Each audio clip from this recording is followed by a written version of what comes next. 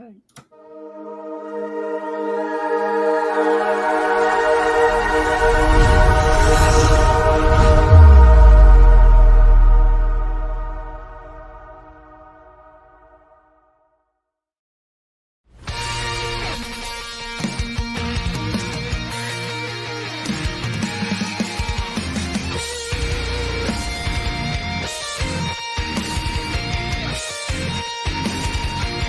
From the remnants of Janus City comes a broadcast that will shake the Empire to its core. Rogue One Radio will discuss all things Star Wars and all things in the nerd culture, in and out of the galaxy far, far away.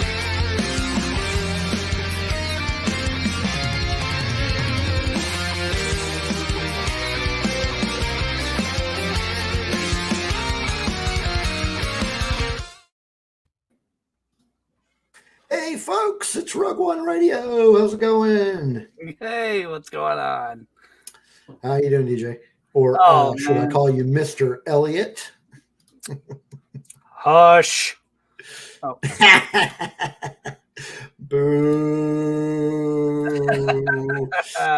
No, it's going good. I think the wind has finally died down. The overcast skies have cleared. So yeah, fun and excitement, ready to talk about this Rogues Gallery. Cool stuff. All right. Well, if you're just tuning in, this is Rogue One Radio. We're at episode number 77. And as you mentioned, we're going to be talking about the Rogues Gallery of Batman. That is his villains. And start things off. Who we got in the chat? We got, oh, look, Rogue One Radio's in the chat. Now, Megan's in the chat. How you doing, Megan? Hello. Backyard TARDIS is in the chat. How you doing? Hello, Nick. And Kelly's in the chat. I think she's modding for us tonight, as well as her other half, Chris, a.k.a. Dragon Buddy.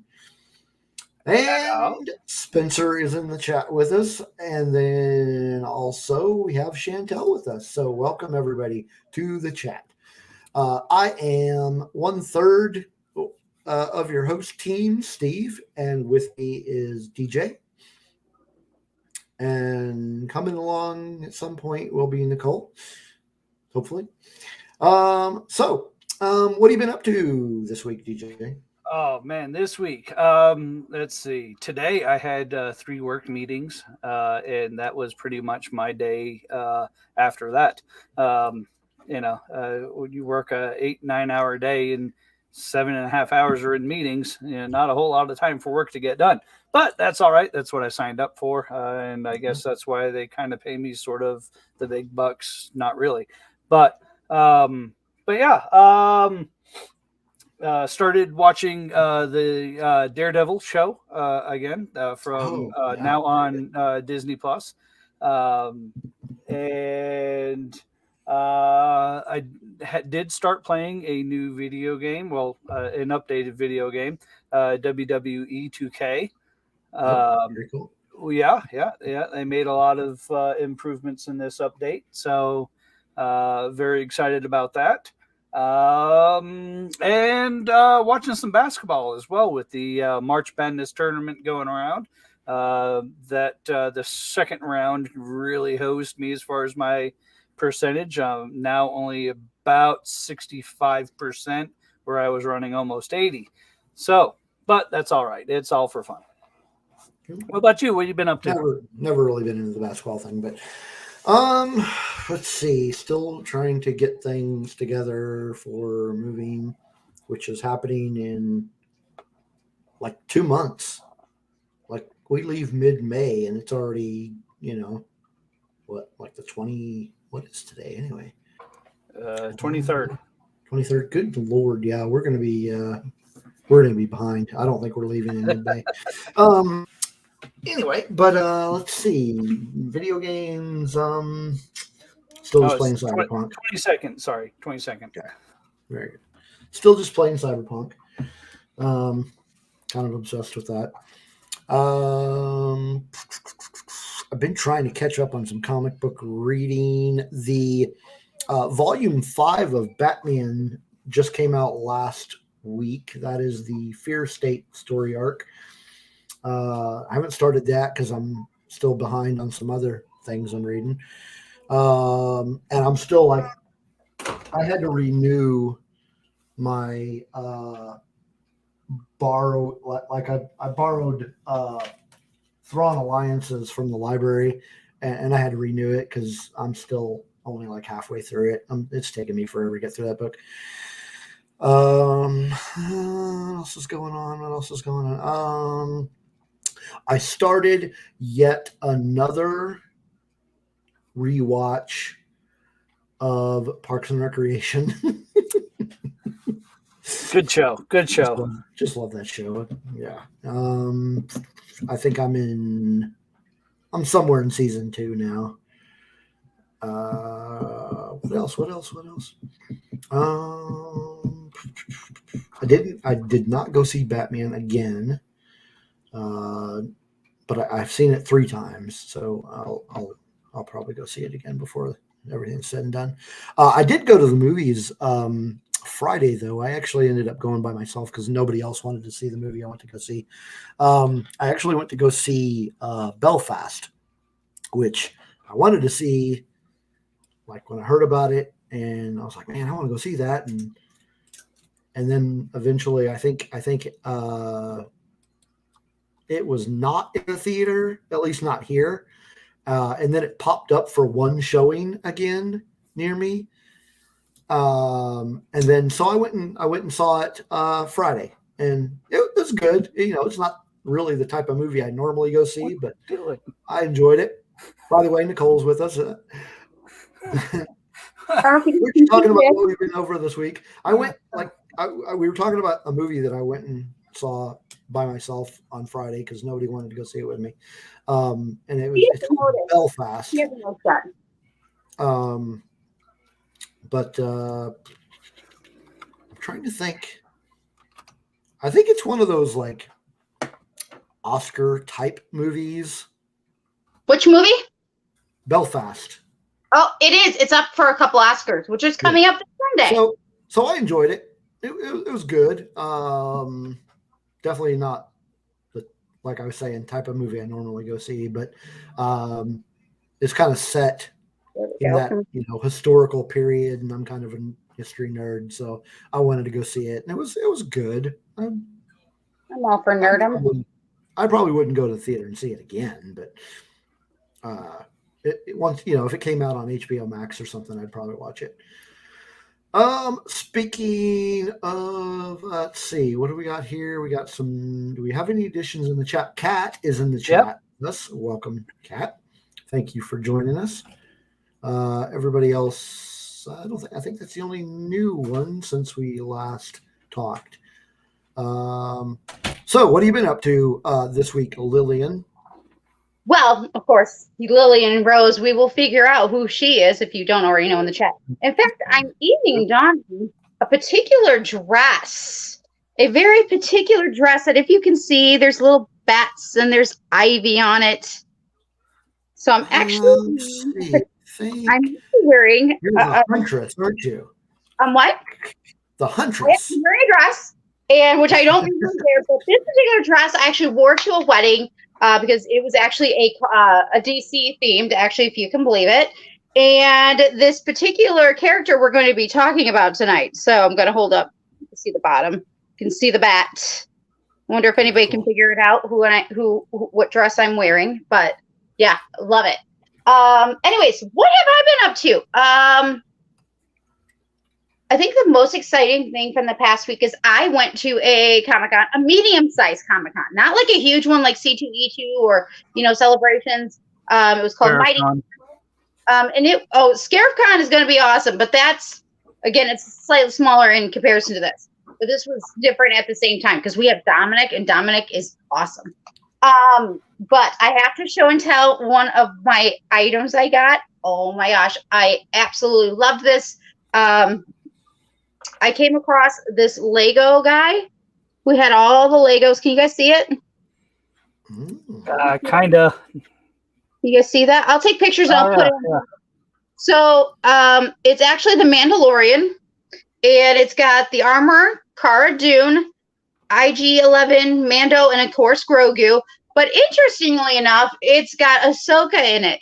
It was funny because I came back and I was all excited about it, and my brother's like, "Oh, what did you get?" Because I went with my brother because he was a guest there, and I said, "Oh, I got these really cute Lego figures, but I'm kind of, I kind of wish maybe I had Quill or something." And he's like, "What?" I said, "Or Grief." And he's like, "What do you mean?" Because he was all excited. He's like, "Oh, that's a really cool set." I said, "Yeah, it is, but it's supposed to be almost all of season 1, and it's like a little bit, mostly of season 1 with a little bit of season 2." So, but I love it. And he had a bunch, not just the Mandalorian, he had a bunch of them set up. So that was really the coolest thing in the past week. In the last week, other than that, it's the same old, getting ready for today, which I was excited for, and excited that I fit in my dress still, and that was awesome news. It's been a few years since I've worn it, so I was very excited.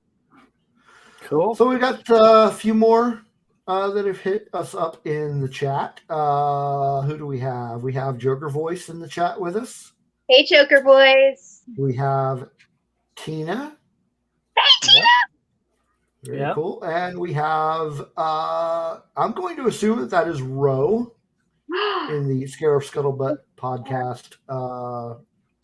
Again there. Yeah. We also have Danny from the newest member. I was going to mention that. I was leading up to it. Oh, I'm sorry. So Danny is in the chat with us from Comics and Cosmetics, who, yes, is... you go ahead and take it away, DJ, since you're already there. Yeah, since I blurted it out. All right.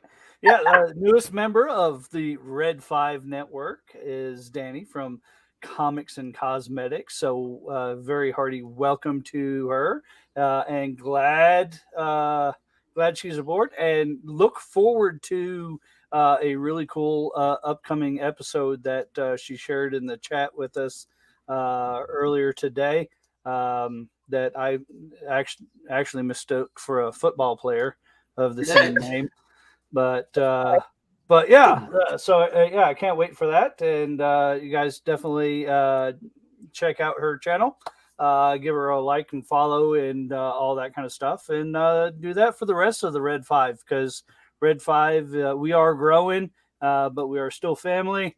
And we have podcasts that for everybody.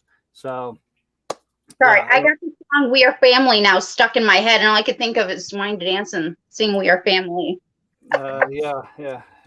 Birdcage moments, right? Yes. So welcome to the family, however dysfunctional it is, Danny. Glad to have you in the network. And yes, we are part of the Red 5 network, and a lot of podcasts for you to check out. I have a link, which will give you a link to all of their podcasts in the show notes if you want to check those out. And or you can just go to red5network.com or just search Red 5 Network on Twitter. Speaking of Twitter, where can they find us, Nicole? Oh, well, they can find us on Twitter, Instagram, and at Facebook at Rogue One Radio. Again, try to find us at Rogue One Radio, as well as with the Red 5 Network. Make sure you click that like button and the subscribe. That reminds me. I actually need to correct something. I would like to add a quick note. Our Patreons, which we absolutely love our Patreons, and we give a huge thank you to. Yeah, well, that was up next. I actually have a correction that I want to do. So we hit 100 subscribers on YouTube. So that means we were allowed to come up with our own custom URL. However, it would not let us use the number 1 in our channel for some reason. Like, you can only put numbers after your so I had to spell 1 out. So now I'm going to scroll this across the screen in just a second. And Twitter is the only one that is still using the number one. And that is because there's somebody out there using the handle Rogue One Radio with the one spelled out on Twitter. And it's some person that hasn't logged in like 3 years. Oh my gosh. DJ, I love your face. It's kind of irritating. So yeah. So Twitter is the only place where you're going to see the number, but here, it's right there at the bottom. Facebook and Instagram and YouTube. You can find us at Rogue One with the one spelled out radio, and then on Twitter with the number one. It is kind of odd. At some point, hopefully that guy will get rid of his account or not. I don't know. I don't even know if the guy's still alive. But in any case, we can't have one with the one spelled out on Twitter. It's very irritating. But anyway, but yes, we are over 100 subscribers on YouTube. But if you have not subscribed yet, please go subscribe and make sure you hit that like button and comment, if you will, on our YouTube video. All right, Nicole, you wanted to talk about our Patreon. Yes. We love our Patreon. Yes. So we now have 4 patrons, 4 as opposed to 3. On our way to 5, yes. So we have Dave Brown, who was our original patron. We have Don from the Escape Pod. We have Kelly and Chris, aka Lunar Girl and Dragon Buddy. And our newest patron, we have Nick, otherwise known as Backyard Terrace. So thank you all for contributing to our cause, and spread the word. And if you feel like you want to support this podcast, by all means, just find us Rogue One Radio. That's where you can find us at Patreon. Any new ones here? Let's see. Nobody new yet in the chat, but we love all of our chat buddies in here. Am I missing anything? I don't think so. I think we got everything taken care of. Anything else we need to chat about before we move on? I think we need to play some music. We do need to play some music. We do. We do have some news to talk about, but before we jump into the news, we definitely need to hit that first music break. All right. And I hope the images work on here because I was having a little bit of problem with them earlier. Okay, so first song that we're going to play tonight comes from a band out of Austin, Texas. They are called Breaklights, and they have a new album coming out sometime this year. They haven't announced a release date yet. The name of the album is Wind Down, and the song is called When You Talk. Hope you enjoy it.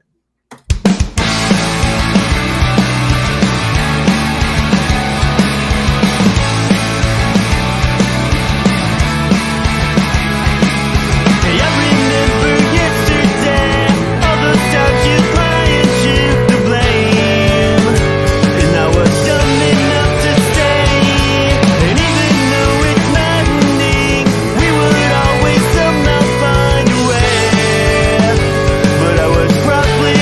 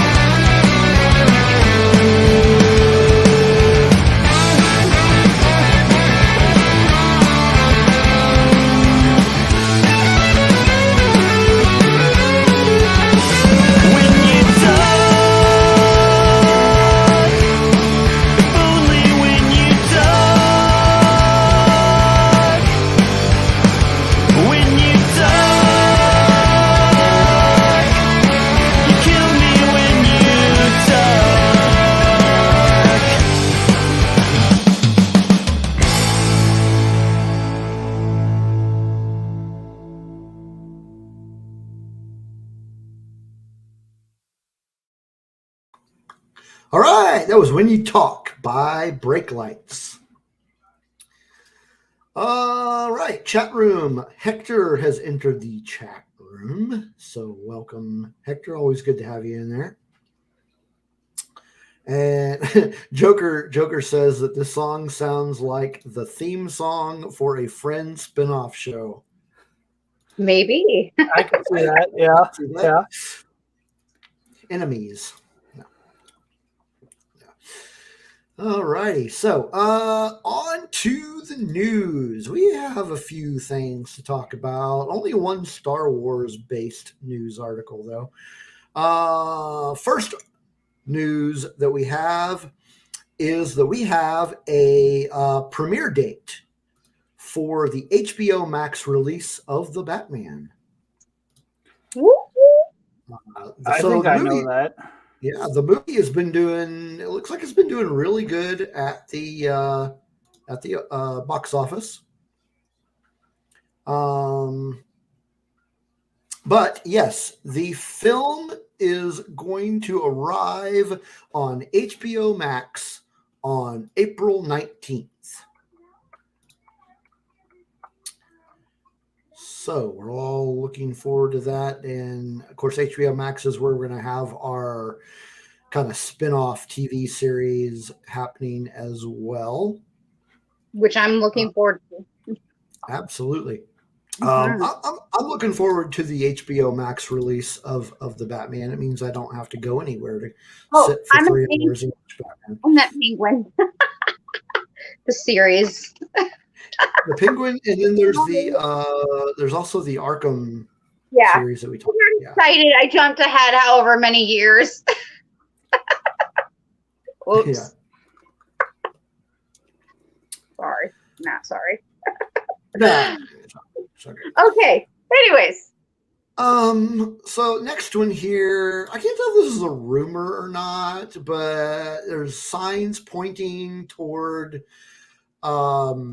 so the Netflix shows for Marvel are now on Disney Plus. Yes. But the article that I'm seeing here is that they're actually going to reboot Daredevil with the same actor, which I found a little odd. Why would they reboot it instead of just continue it? I don't know. I don't really want them to do that. I think they should just continue it. I don't like the idea of rebooting it. It just wouldn't make any sense, especially if it's the same actor. Right. So it's one thing to do a sequel, but it's another or an origin story, but it's another to do that. So I just don't think so. No, it's a bad idea. They should not do that. You've heard it here. So you guys just want to touch base on something real quick. You guys do have Disney Plus, right? Yes. Okay. So when they first said they were going to put the Netflix shows on there, they were talking about possibly editing out some things and making it where I guess it was more Disney friendly. But they decided not to do that. And now you have to put in a passcode in order to get the mature content stuff. So I was actually really surprised, one, that they did that, and very pleased that they did it that way. They left it the way that it was, and did not water it down. I don't mind putting in a passcode in order to see it. Right. So yeah, I just wanted to get you guys' thoughts on that. What did you guys think of the way they handled that? That seems like that's the right way to go. Yeah, agreed. And personally, I was happy it was okay. It was on Disney Plus. I personally don't have Hulu, and I'm just like, you know what? My price just went up this year with Disney Plus, so for me, it was a win. I was like, well, makes up for that extra cost that I had this past year. Just saying. Next piece of news. Did you guys watch the movie Godzilla vs. Kong? No. Yes. No? Okay. Well, apparently they have greenlit a sequel to Godzilla vs. Kong. And it is supposed to start shooting late this year in Australia. I mean, I liked the first one. Okay. Not necessarily enough to make a sequel. Yeah, I mean, it was good, but I don't think it warrants another movie. I just that's kind of what I was thinking when I first saw or read the article. I was like, I really like that movie, but does it really need a sequel? I don't know. I mean, yeah, I liked it, but pineapples. pineapples. What pineapples? Pineapples. Oh, earlier in the show we were talking about Cyberpunk because that's pretty much the only video game I'm playing these days.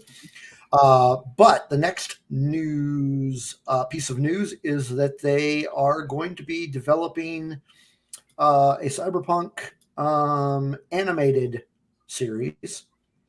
Trying to think where it's going. It's going to be called Cyberpunk Edge Runners.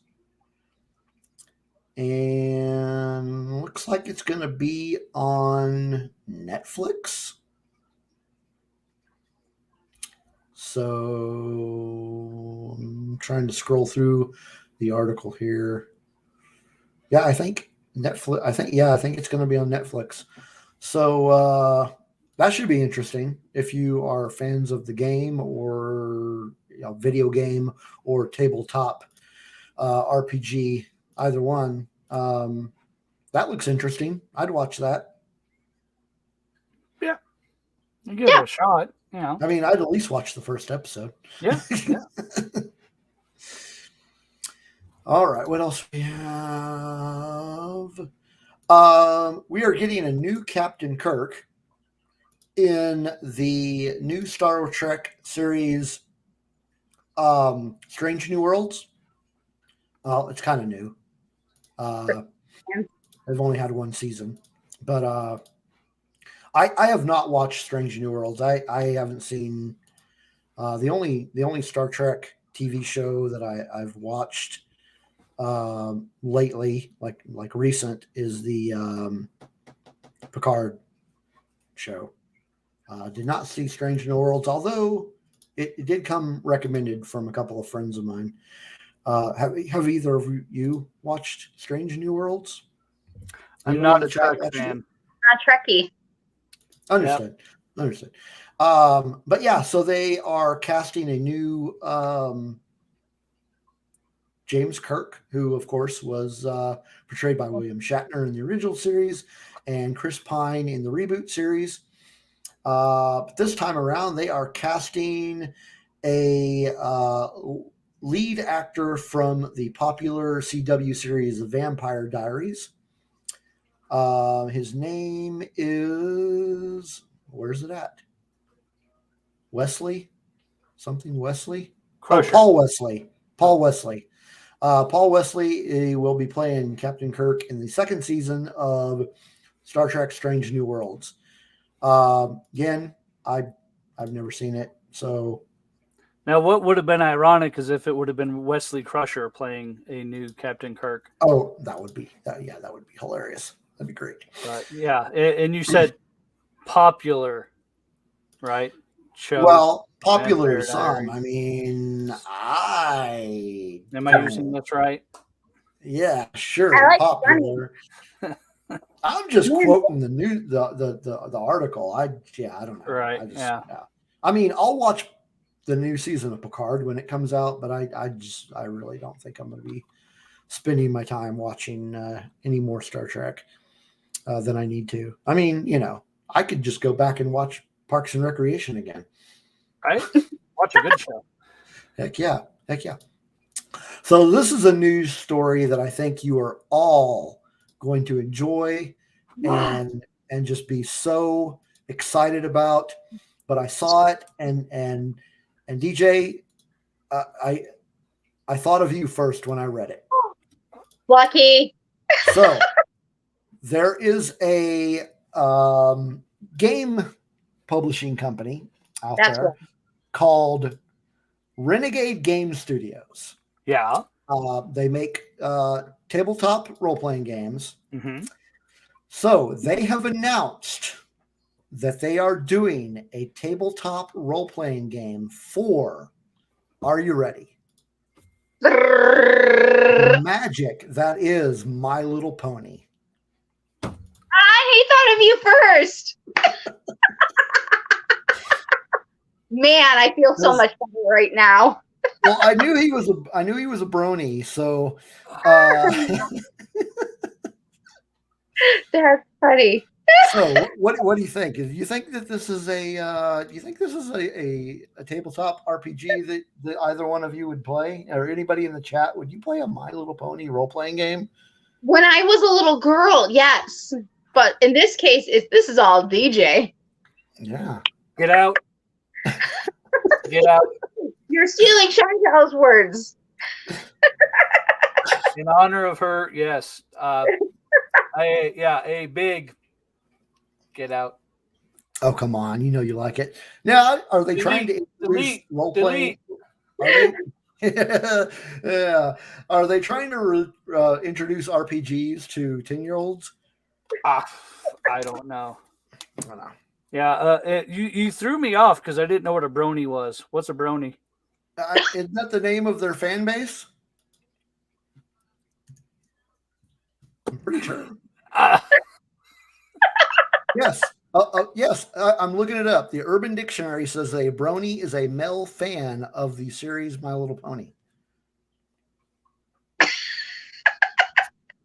Oh my gosh. Off the subject, DJ Joker Voice liked your reference.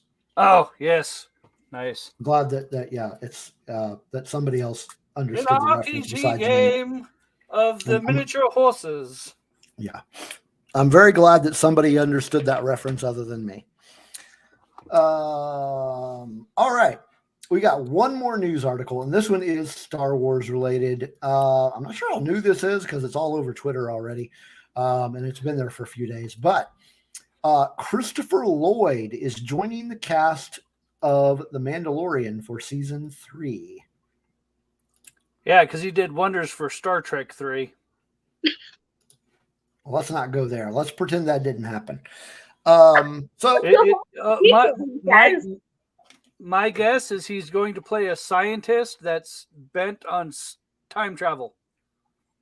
No. Let's speculate for a moment. He is going to be the voice of Grogu. No.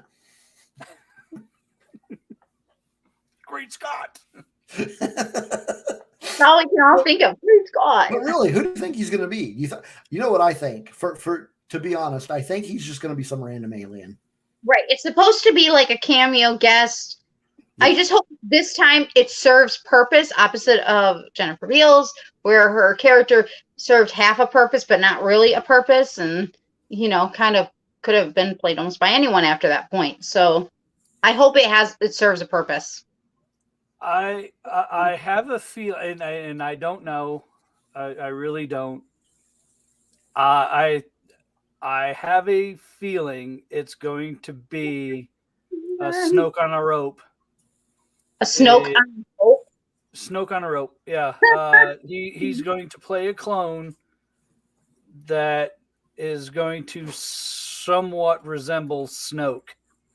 Oh, Lord, have mercy. Since we already saw the cloning tubes and they had some Snoke-looking things in there, I think they're going to try to pull off like a... If you remember Jorah Saboth from the Heir to the Empire, I think that they're going to do a crazy take on that. And I would not be surprised if we get an appearance of Thrawn in that mix. But that's just a crazy thought that I had in my head, that after it's based off of a picture I saw where he really looks like every day of his age. And very little hair, very gaunt looking, and I thought, well, he's kind of a Snoke-esque type picture that they put with that. So, yeah. Either that or he's going to play a Rancor. Or a Bantha. Like a Bantha. I had to. I just maybe they're going to cross over with Star Trek, and he's going to be a Klingon. He's going to play. He'll play Jango Fett. Oh no! They stuck his head in a Bacta tank, and it started to regrow. Oh Lord, help us! Yeah, let's all righty. Well, that is it for news. We'll have some more next week, hopefully. So coming up in just a few minutes, we are going to be talking about the villains of Batman, his rogues gallery, one of the best rogues galleries in all of comics. It's going to be lots of fun. Hey, look, it's Mr. Freeze. No, I'm kidding. That's Mr. Freeze. It's Hugo Strange. Kidding. Yeah, that's right, Hugo Strange. It's Joker. Hush now. I know who it is. All right. And then later on, we'll have our listener poll, which actually we're going to actually announce the results of all three of them. I did 2 different polls for Batman villains, and then I did the same 2 polls on Instagram. So I guess we're kind of doing 4. We'll get to that later. Before we jump into that, we've got another song. Yay! Song and dance. More music. Okay, this one comes from a band based out of Seattle, Washington called The Drowns. And we've actually played this band a really long time ago on this show before. But they have also have a new album out sometime in April, mid-April, I think. And the name of the album is Lunatics. And the song we are playing is called Live Like You're Dying. Well, technically we are talking about some lunatics tonight, more like psychopaths. So this kind of actually fits right in. For sure. All right, here we are. Live Like You're Dying. Feeling my life plagued by regret. Making mistakes I'll never forget. Oh, I can't go on living this way. You know I got too much hell to pay. The life ain't waiting, so I gotta be on my way. Yeah, no money coming out, no money coming in. As long as I can remember, that's the way it's been. This line I'm walking is growing thin. Out of hands, how the devil gets in. No, I can't be waiting, so I gotta be on my way. Yeah, you gotta live.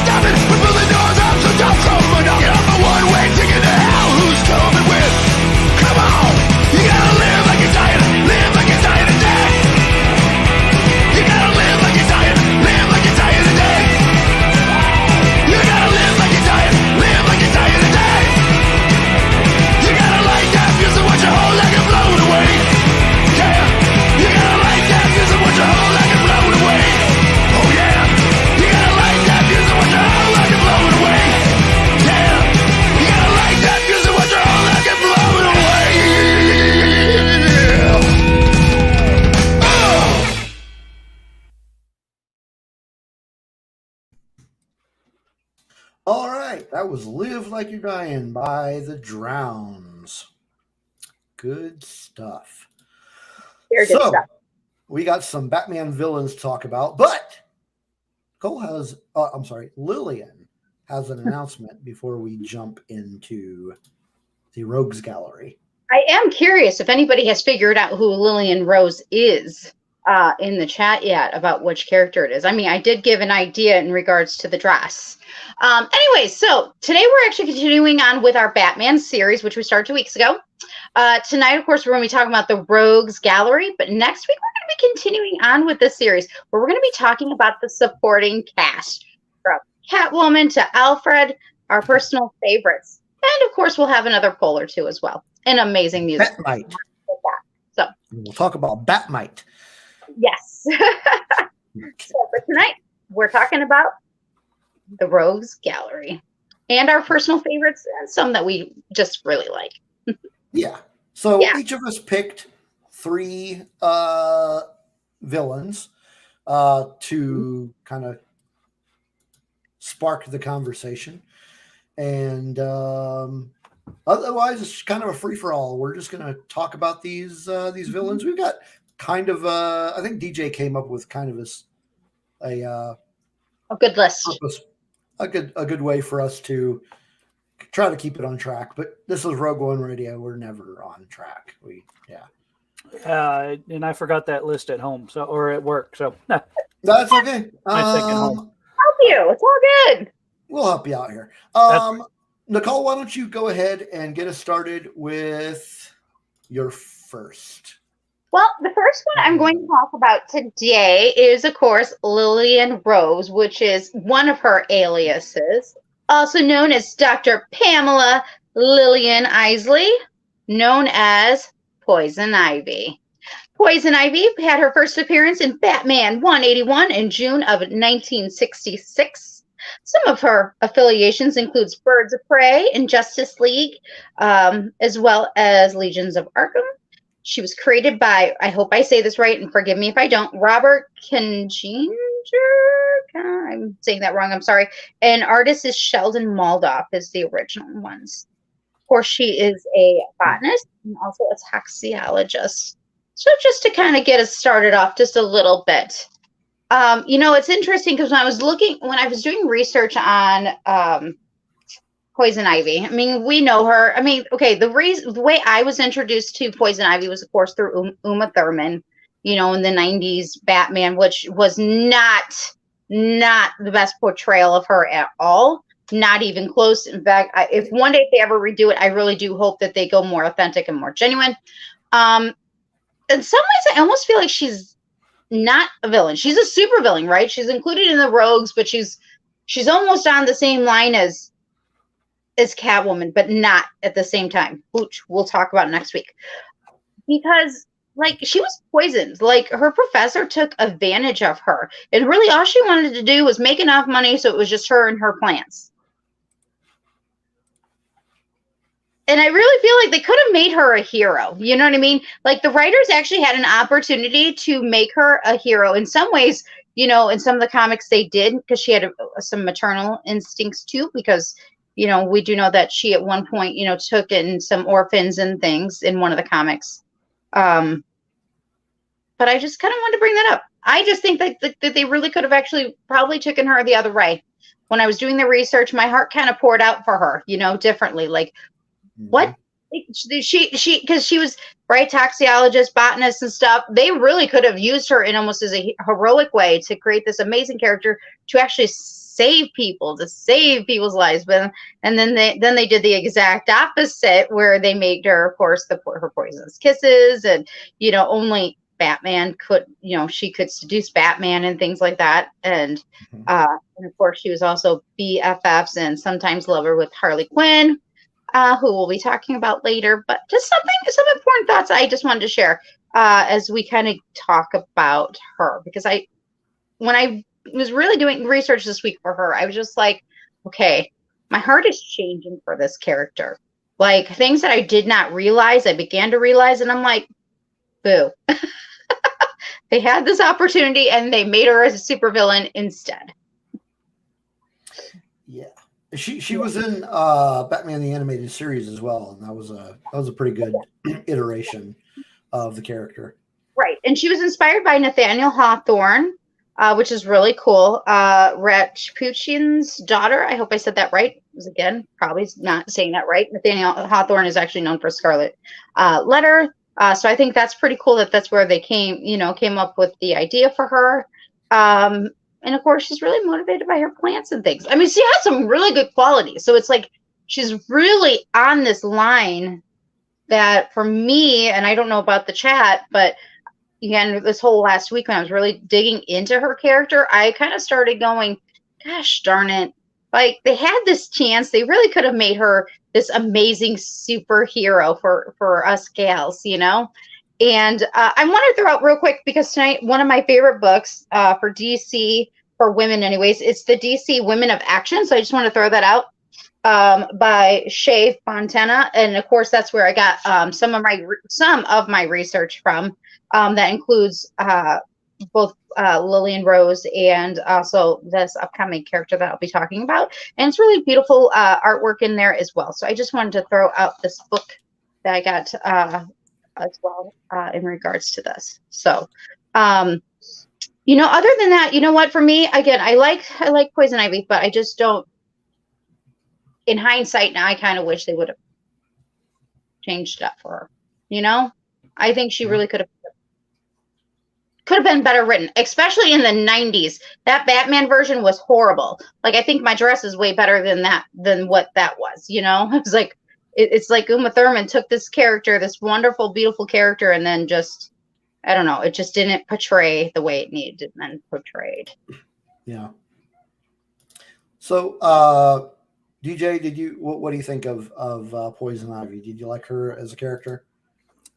Not really. Just not one that I didn't really buy the whole shtick of Poison Ivy, and my gut feeling is that it was the portrayal in the Schumacher movie that really just I can't, it's hard to get past that. And I didn't really do, much, didn't see much of her in the comics either. I was always more of the straight run villains that were the tried and trues. So. Do you think if they would have done what I just suggested, when again doing this research, do you think you would have liked her more? If she would have ended up being, instead of a villain, they would have created her into a hero by using what was done to her and made her. I think if it would have been handed off to somebody other than Schumacher, that was a bit more serious, then maybe I would have taken the character a little more serious. But he tried and failed to recapture that 1960s camp, right? And failed so miserably that I lost with all the villains that were Bane. I mean, it took a long time to get over what they did to Bane. Mr. Freeze was just awful. And, I couldn't. Yeah. I'm still not over Poison Ivy. And I like Uma Thurman as an actress, but it was just horribly written. So I haven't gotten over it. Perhaps if they bring it back, maybe I could look at it under a different light, but. Right. No, the Joel Schumacher era was just horrible. I just kind of wish, again, if this was 1966, if I was writing her and if I would have known what had happened to her, because truly I feel like the first original villain with her actually technically was Professor Mark Legrand, who actually poisoned her, with all these herbs and stuff. And that's when she changed. He tried to murder her and she survived it. And I just I feel like if I can go back to the future, great Scott, I wish I could. I think if I was writing it myself, I think I would have made her a superhero. and using what had been done wrong to her and making it for good. Because I really feel like there's some good in her, and instead they went supervillains and, hey, let's use it for wickedness and evil, and being an eco-terrorist, so to speak. And I don't know, I just feel like they really could have taken her another way, which again for me pulls my heart, because I feel like sometimes these characters you can feel that they have so much great potential, and I feel like she's got potential, but they didn't take it that route. So you did mention that her first appearance was in 1966 in Batman 181, but do you know what her first, let's call it modern appearance was? Okay, I think it was a Batman animated. I did find this. I did see this. Well, I mean, with the revised history the revised origin, because the origin that you're referring to with Mark Legren and all that was kind of they more or less kind of rebooted the character, right, in the 80s. Still keep happening to her, where there's somebody that still takes advantage of her, and she becomes Poison Ivy.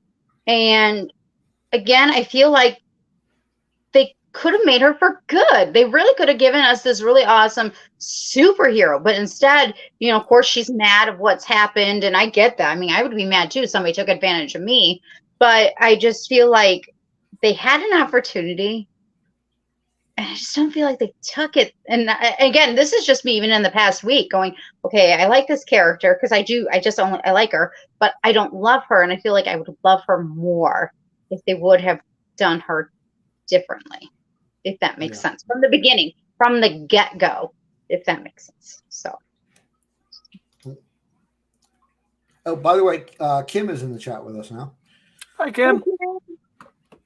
So what I was referring to is there was a comic that came out in the late 80s. It was an issue of Secret Origins, and it was actually written by Neil Gaiman, and it was kind of where the new persona of Poison Ivy began, with with the name Pamela Isley, right?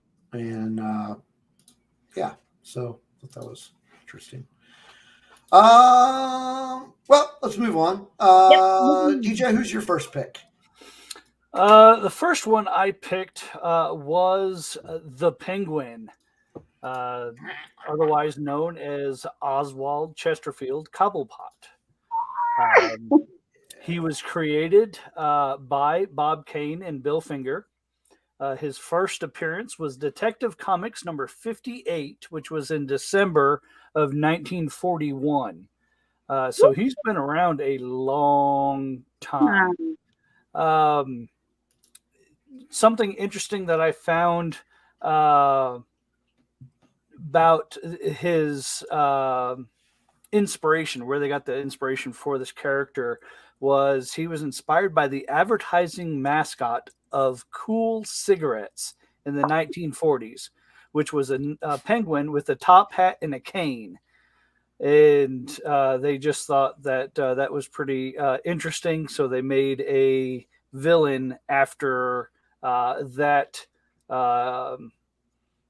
advertising mascot, and that the mascot also image of the tuxedo was of Emperor Penguins, and so they just worked them two together with the high society.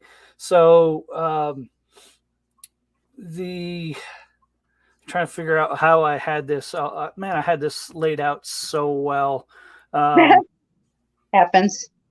So his basic appearance is that of, he's got a lot of money.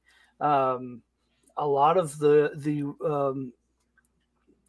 live action ones versions of him that we've seen. He really hasn't had a whole lot, and he's really had to struggle.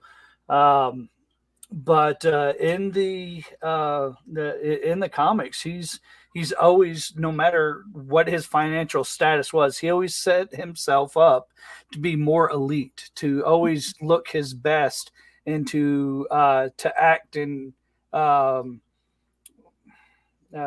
with an air of sophistication, which is different than what you see a lot of characters doing. Um, let's see, what else did I have in there? Um, you know, he's had a lot of ups and downs as far as comic arcs, other live action roles, that the ways that he's been portrayed, some more favorable than others. And we'll get into who played them here in just a minute. So he was his main role as a villain was a high-end thief, and then sometimes mobster. He didn't really, he really didn't do a whole lot as far as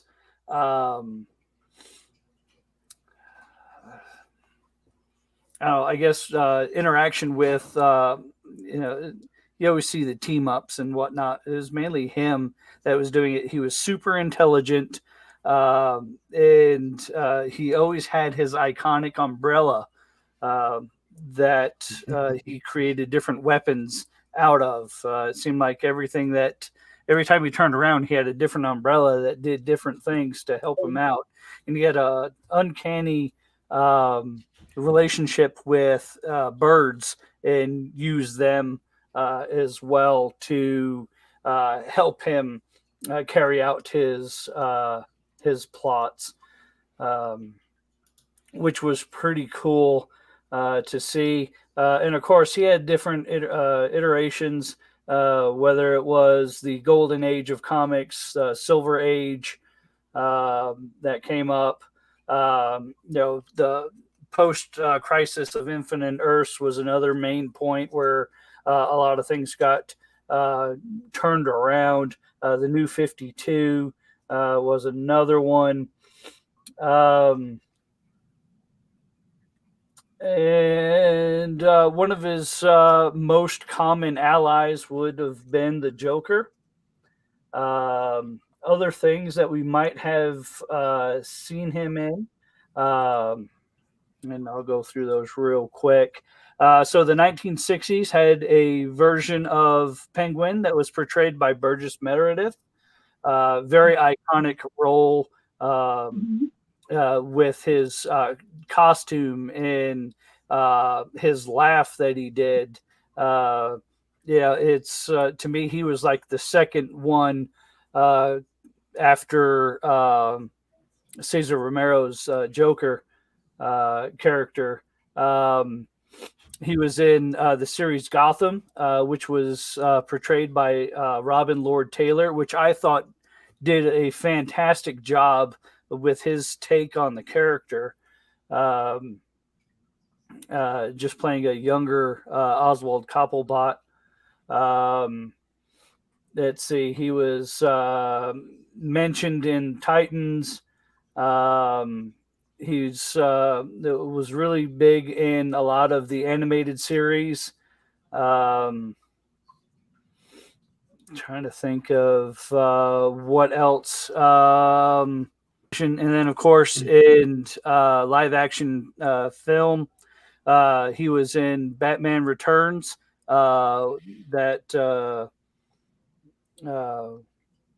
With Michael Keaton as Batman, and portrayed by Danny DeVito, which was an interesting take on the character. And then, of course, the latest one was in The Batman, and it was portrayed by Colin Farrell, which is fastly becoming one of my favorite versions of the Penguin. one of the other things that I've noticed about a lot of the Batman villains is they share something. They all share something with Batman, and that is the duality of the character. Batman, you have Bruce Wayne, the person, and who he portrays himself to be, the philanthropist, billionaire guy, and then at night he becomes Batman. Well, many of his main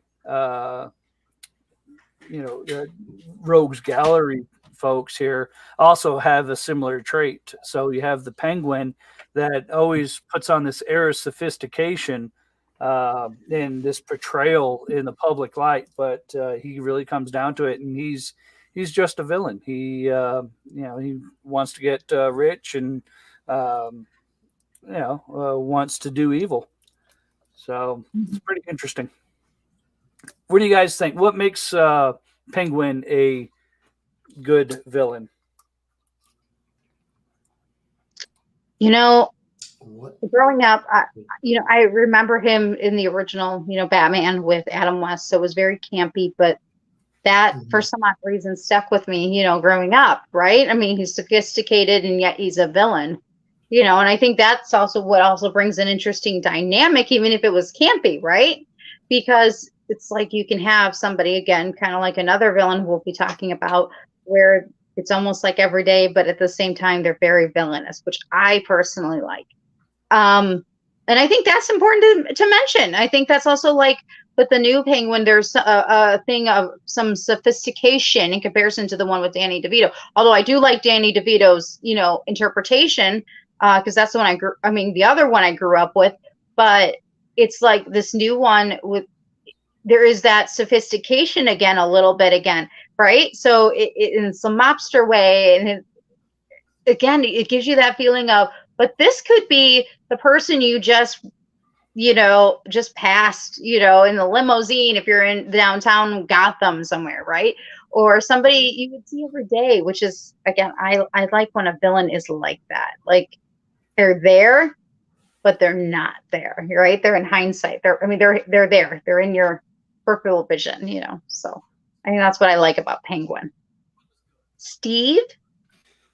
Do you guys play any of the Arkham games?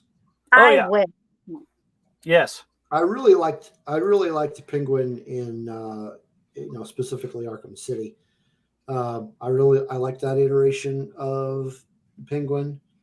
Of course, I grew up with the Burgess Meredith from the show, but I prefer other versions.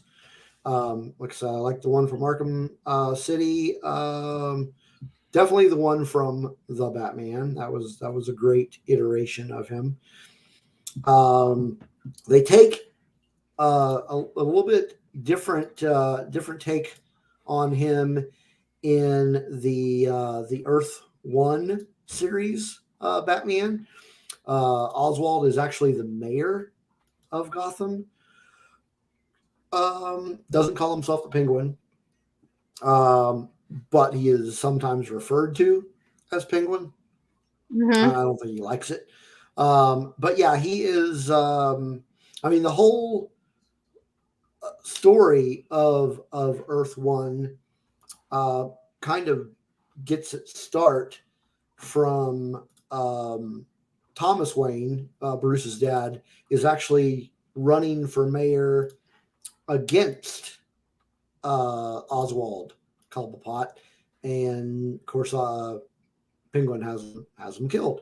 So it's a little bit different take on the classic Penguin, but still very interesting. And trying to think of another. There's another one out there that I really like. I lost it. The new one's really great. I think Colin Farrell. Were you thinking of Danny DeVito, or were you thinking of the new one with? Just trying to jog your memory. No, I was thinking of something else. I don't know. Not so much the one from the TV show Gotham. That was kind of meh. I like where they were going with it, and the actor that portrayed him, I actually liked his portrayal. I just don't necessarily like the way he's written in that show, but yeah, good stuff. Colin Farrell did an amazing job. He was great. Can't wait to see more of him. Man, you guys got into way more detail than I had planned on going with mine. So let's see. Who am I going to pick as my? Oh, you know what? You and I traded. We did. So thank you, because Steve traded with me so I could have my original favorite. Although originally DJ anyways, it's a long story, and that's a whole nother Okay, wrap. we'll get to that. Let's see. My first pick, I'm going to talk about. I'm going to talk about the head of the demon himself, Ra's al Ghul. Ra's al Ghul is a, of course, supervillain, criminal mastermind. He first appeared in Batman number 232 in June of 1971. He was created by the writer Dennis O'Neil and the artist Neil Adams, with some input from a guy by the name of Julius Schwartz. So he has been featured in many adaptations. Before I keep going, I will forget, but Blake is in the chat with us. I think I mentioned Kim is in the chat with us. And now Adam, from Certain Point of View, is in the chat with us. So welcome all to the chat room. So Ra's al Ghul, let me look at my notes here. So this guy is really old, has been around for nearly a century. Oh, we got another one. Fulcrum Entertainment has joined the chat. Welcome. And he says, Ra's al Ghul, one of the best Batman villains by far. Yes. He's pretty awesome. He is, he's very old. Like I said, he's nearly about a century old, and that is due to his discovery of the Lazarus Pit, which more or less just keeps you young, and also can bring you back to life, as we will see later on. His origin story has been told a few times. He, like I said, he started in 1971, but his history was retold in Birth of the Demon in 1992. And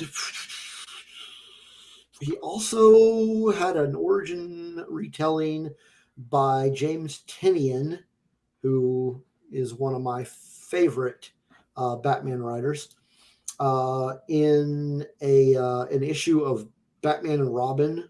I don't remember what issue it was, but it was I think it was in New 52. No, I don't think it was New 52.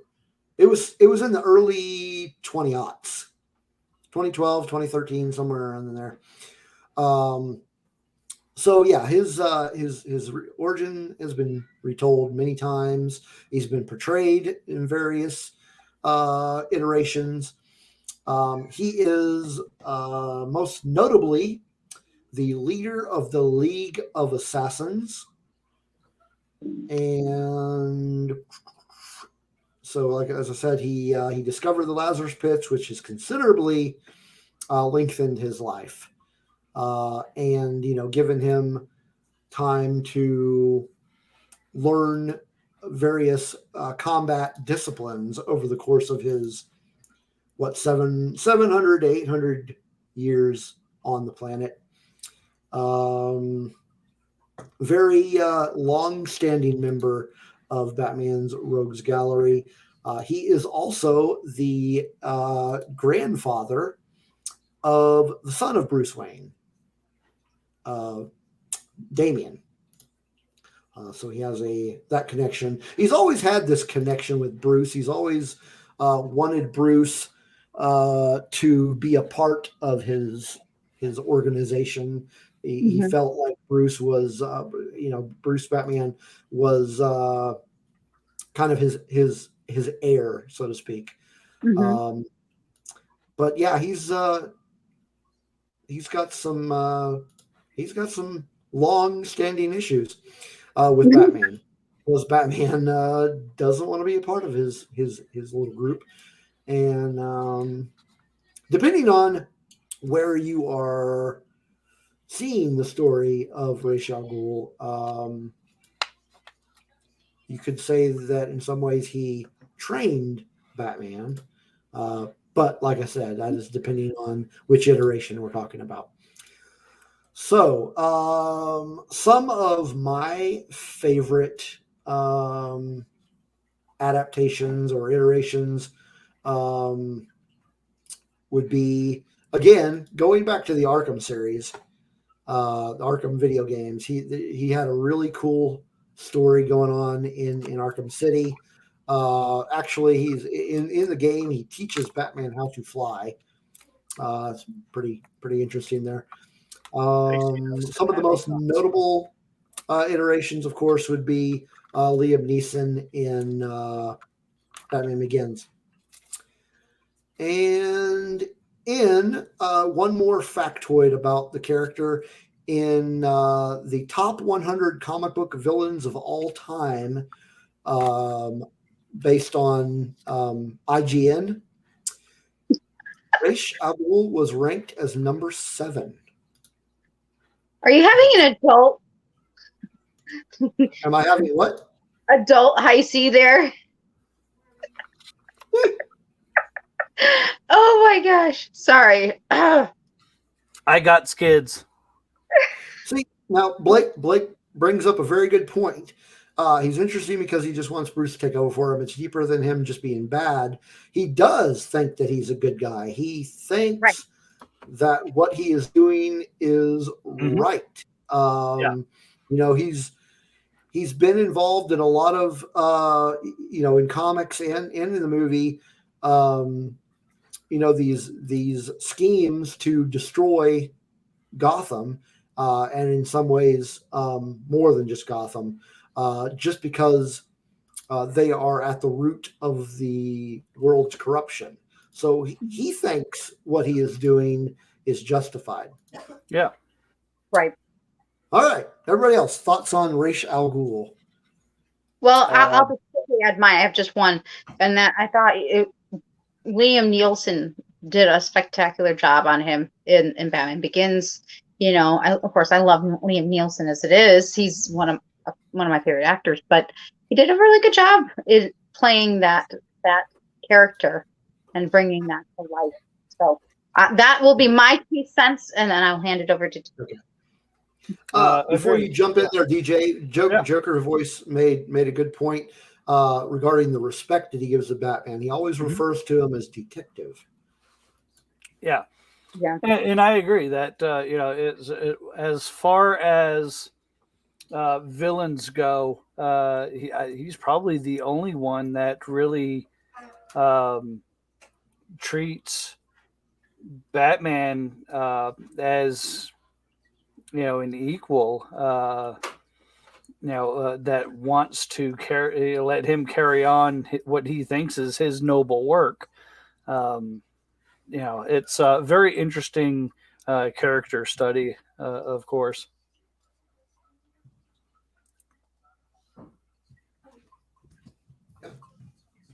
Very interesting character to get to know.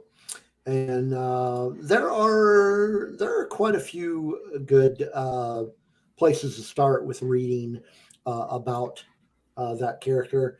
And if I remember, I will tweet it. I'll put one of them in the show notes or something. Let's see, what is Joker Voice saying here about Batman Begins? Batman Begins got one major point wrong. Yeah, he got the name of the organization wrong. I that was like one of the main, well, not one of the main, but like one of the first things that I noticed in the when I first saw Batman Begins, the first time, I was like, that doesn't Right. sound right. But that I Really? feel like that landed on the writers and the director, not necessarily on Liam Nielsen for his Oh portrayal. no, not at all, not at all. That was definitely the writers, or Christopher Nolan probably just read it wrong at some point in time, but he screwed the pooch on that one. There was, I don't know, maybe he didn't want to use the word assassins because it denoted bad guy. I don't know. Maybe. I don't know. But in either case, he's wrong. He shouldn't have done it. It should have been League of Assassins. Bad. Agreed. Bad. Okay.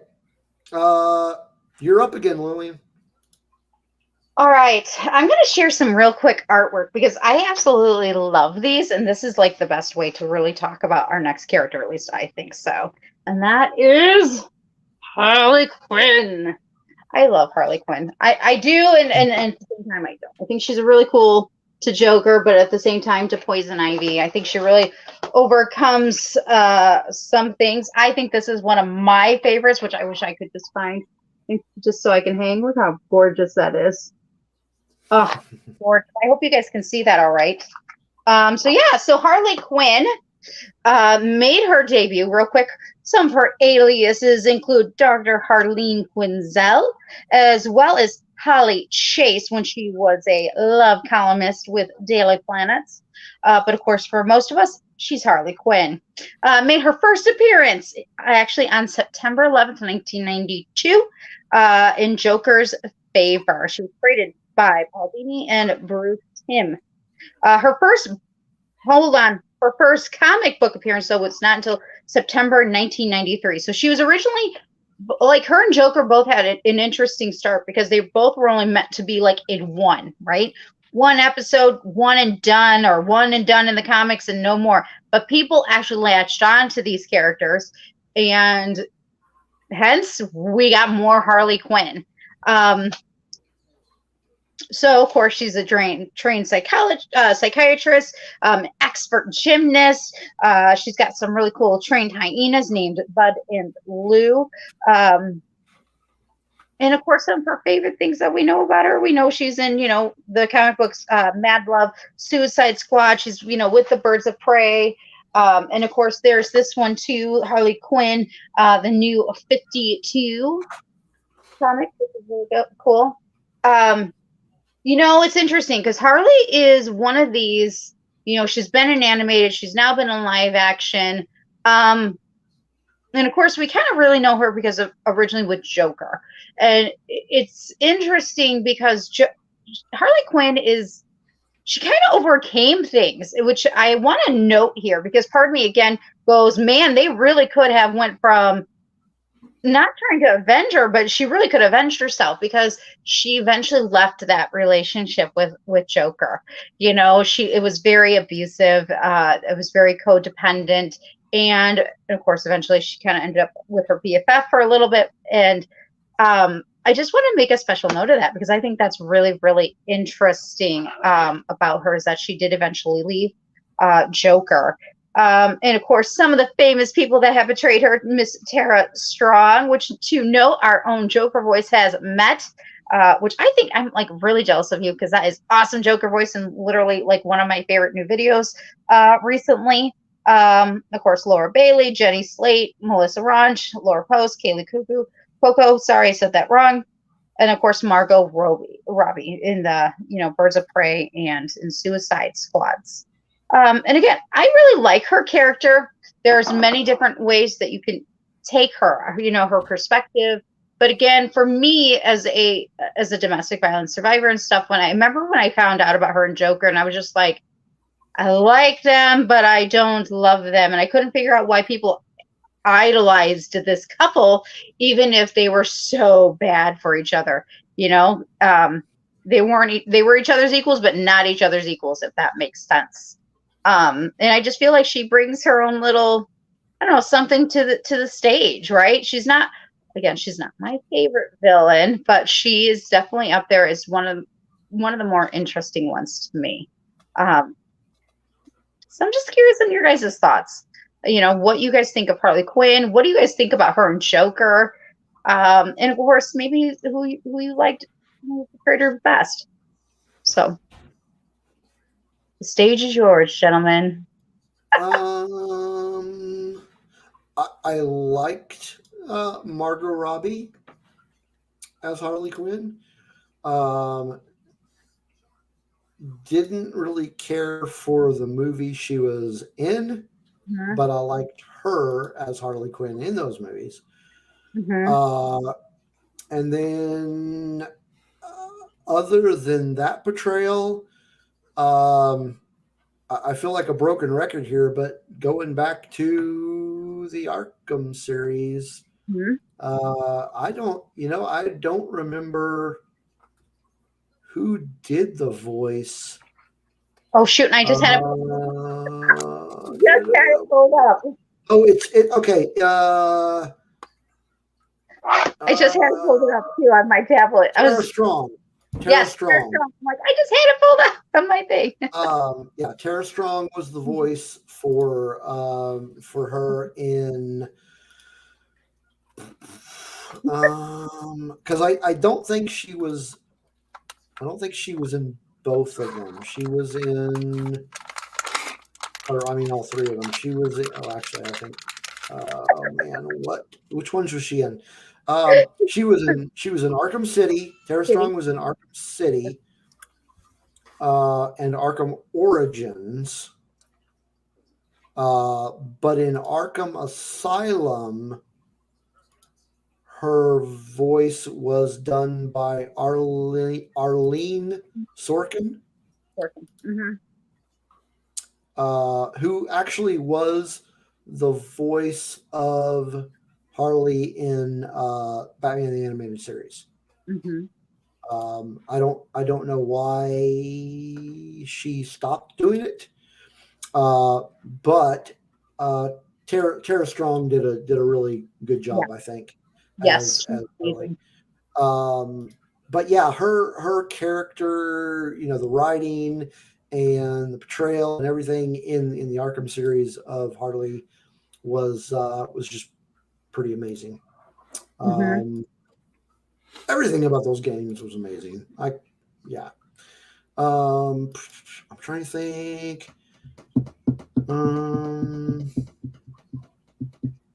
Yeah, and then I haven't seen the new series, so I don't have much to say about that because I don't have any basis for which to talk about it. What about you, DJ? What do you think of Harley and maybe her and Joker and? Interesting relationship, I guess you could say. Been there, done that. I like the character just fine. I really haven't. I didn't realize she was that new of a character, honestly. Now, it's really not that new anymore, but yes, agreed. Compared to the 1940s, when absolutely. Yeah. So a lot of these the Rogues Gallery people have been around for 50 years longer than she has. But I think the only thing that I really don't like is the voice, the accent. I can see that. I can see that. You just get used to it, though. I think they want her to have like that more of that, Yiddish, Brooklyn type voice. I know a lot of people that have that inflection in that voice.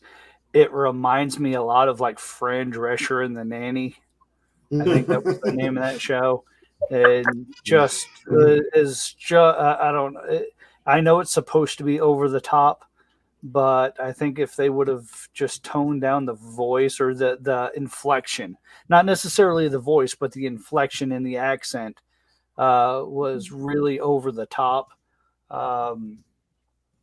But yeah, it's interesting. Interesting character. Right. Definitely. So Joker voice actually made a point that I remember thinking of when the Birds of Prey movie came out, and I'm trying to find his quote. Hang on, there's a lot of He chat has to have going had a on problem here. with the Brooklyn accent. I don't When have a problem with the Brooklyn accent, but the accent is more New Jersey than yeah. Brooklyn. Oh, there it Uh, is. There it is. at There it is. least the Okay. way that they portray it, and it's just over the top. I mean, I know a Yeah. lot of people from New York, and 99% of the people don't talk like that. Right. You know, it's there, but it's not that over the top. Yeah. So here's I found the comment he made, which when I first saw Birds of Prey, I was like, oh yeah. Gotham Yeah, Sirens. Harley Quinn was never in Birds of Prey. Like Birds But of they Prey was right. like a Batman ally thing, as opposed to the villains, if you will. But yeah, I thought that was weird. Like when the movie came out, I'm like, why are they calling this Birds of Prey? I mean, it did have Huntress and Black Canary in it, but it was like, why? Another example of somebody not doing their homework. Right. I feel Exactly. like, and it was like that. I mean, the movie would have been just as good if they'd have called it Sirens. Right. It's Agreed. just, yeah. I mean, that's not the only problem I have with that movie, but we won't get into that here. I had a lot of problems with that movie. Right. As I had a lot of problems with the Suicide Squad movies. Didn't like either one of them. Right. And I would love. Yeah. No, go ahead. Oh, I was just gonna kind of finish off with Harley Quinn. Is that I would love to see her in more of a less poppy, more serious role. There is a movie in which I will be talking about in a little bit that I felt like if they would have ended off with her in a more dramatic Harley Quinn role, as a certain maybe an origin. Yeah. Anyways, I would like to see that other side, other than this, poppy, side of her. Even though I like that, for the animated it works, but at the same time, it's like I'd like to kind of see her in this other side because that I just think when I think of Doctor, I don't think of her as this poppy, bubble gum type girl, right, or woman, and I kind of want to see that, like, take that moment where she just takes it, right, and she just owns it, and I would like to see her in that. And there was a particular movie, again, I'll be talking about shortly, and I remember the last scene. I went to my friend and I said, they would have ended that with Harley Quinn. They really could have set this up for a really good sequel. And I would love to have seen her as more serious. So that's just me. But yeah, I mean, I like her. I really do. Again, I think like her and Poison Ivy both have great potential. I think these are two great characters. And of course, people love Harley Quinn, obviously. I mean, people are cosplaying her, and, and she, like DJ was saying, she's newer and she's already grabbed all this attention, right?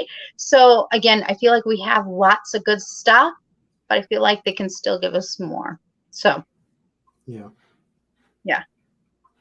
Okay, so that was Harley. Harley. DJ, you're up next. All right, I'll try to speed this up a little bit instead of being as tongue-tied as I was the first time. So my second one that I picked was Scarecrow, otherwise known as Dr. Jonathan Crane. Another creation of Bill Finger and Bob Kane. He made his debut in World's Finest Comics number 3, which was in September of 1941. So a little bit actually before Penguin, by a couple of months. But was a pretty interesting character. He's the self-proclaimed master of fear, and is a former professor of psychology. His whole shtick is using experimental toxins in his psychology background to expose and explode the fears and phobias of his victims. And he gets a lot of delight anytime he gets to do that with Batman.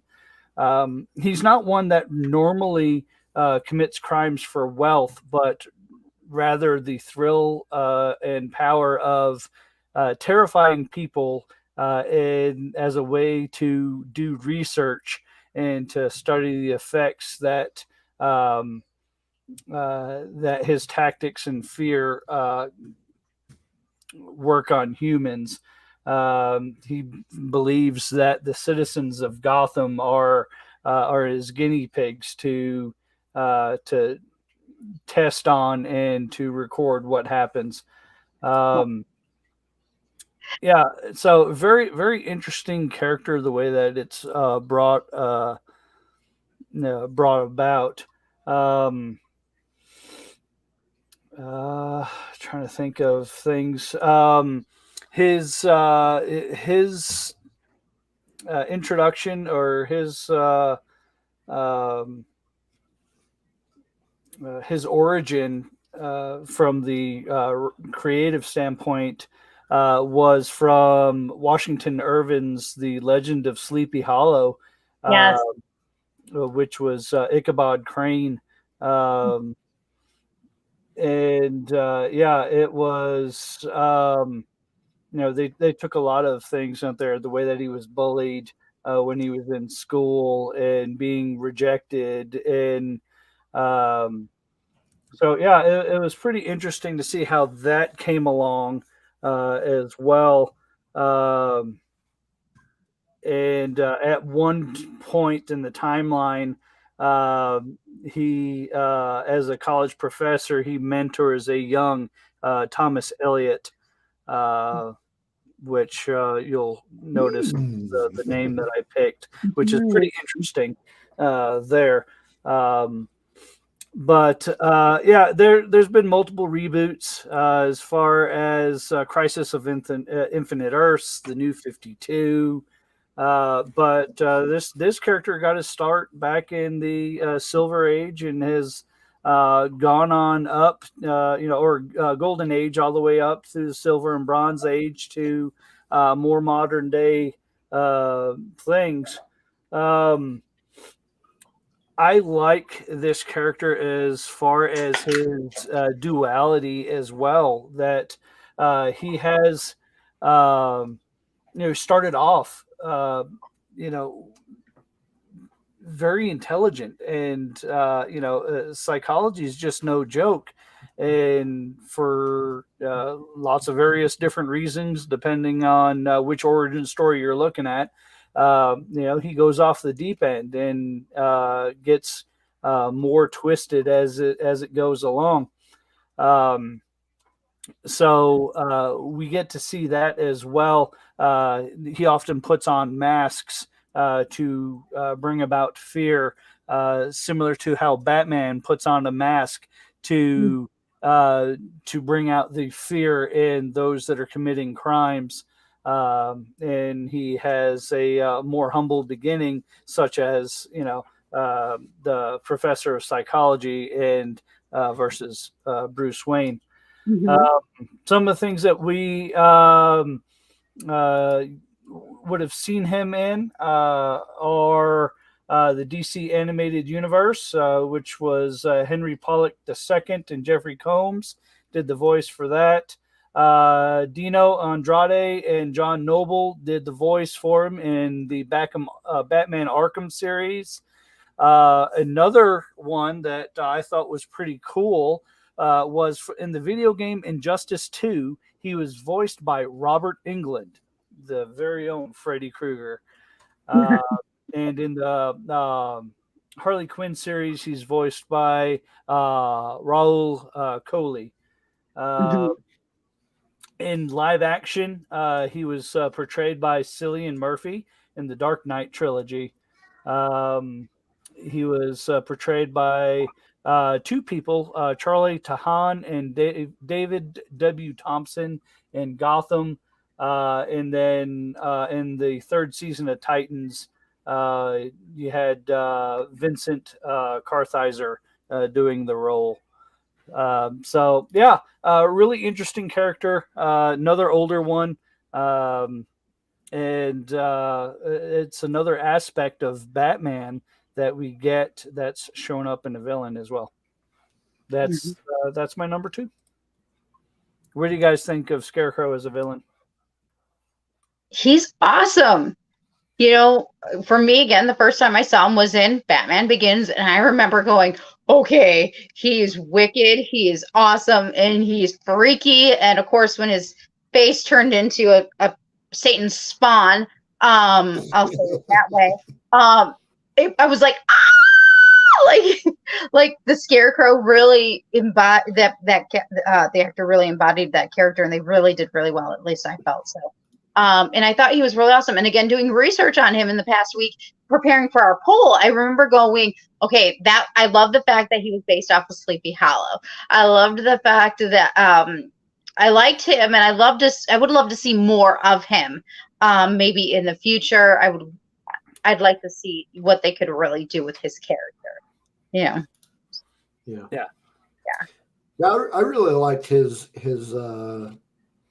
iteration in Batman Begins as well.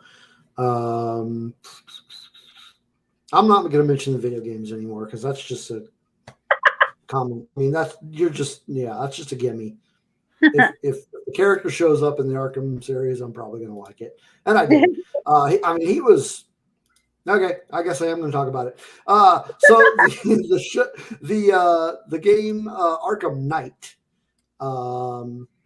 He plays a very big part of that because he's kind of the villain that kicks everything off for that game, as he's threatening to spread his fear gas all over Gotham and turn it into a crazy town.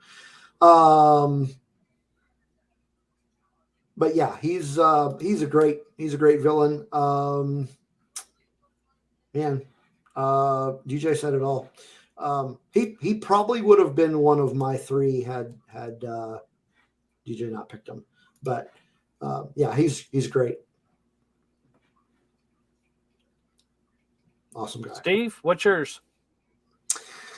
All right, I've got two more left. So who am I gonna go with? I'm gonna go with the one that I traded for. Let me guess.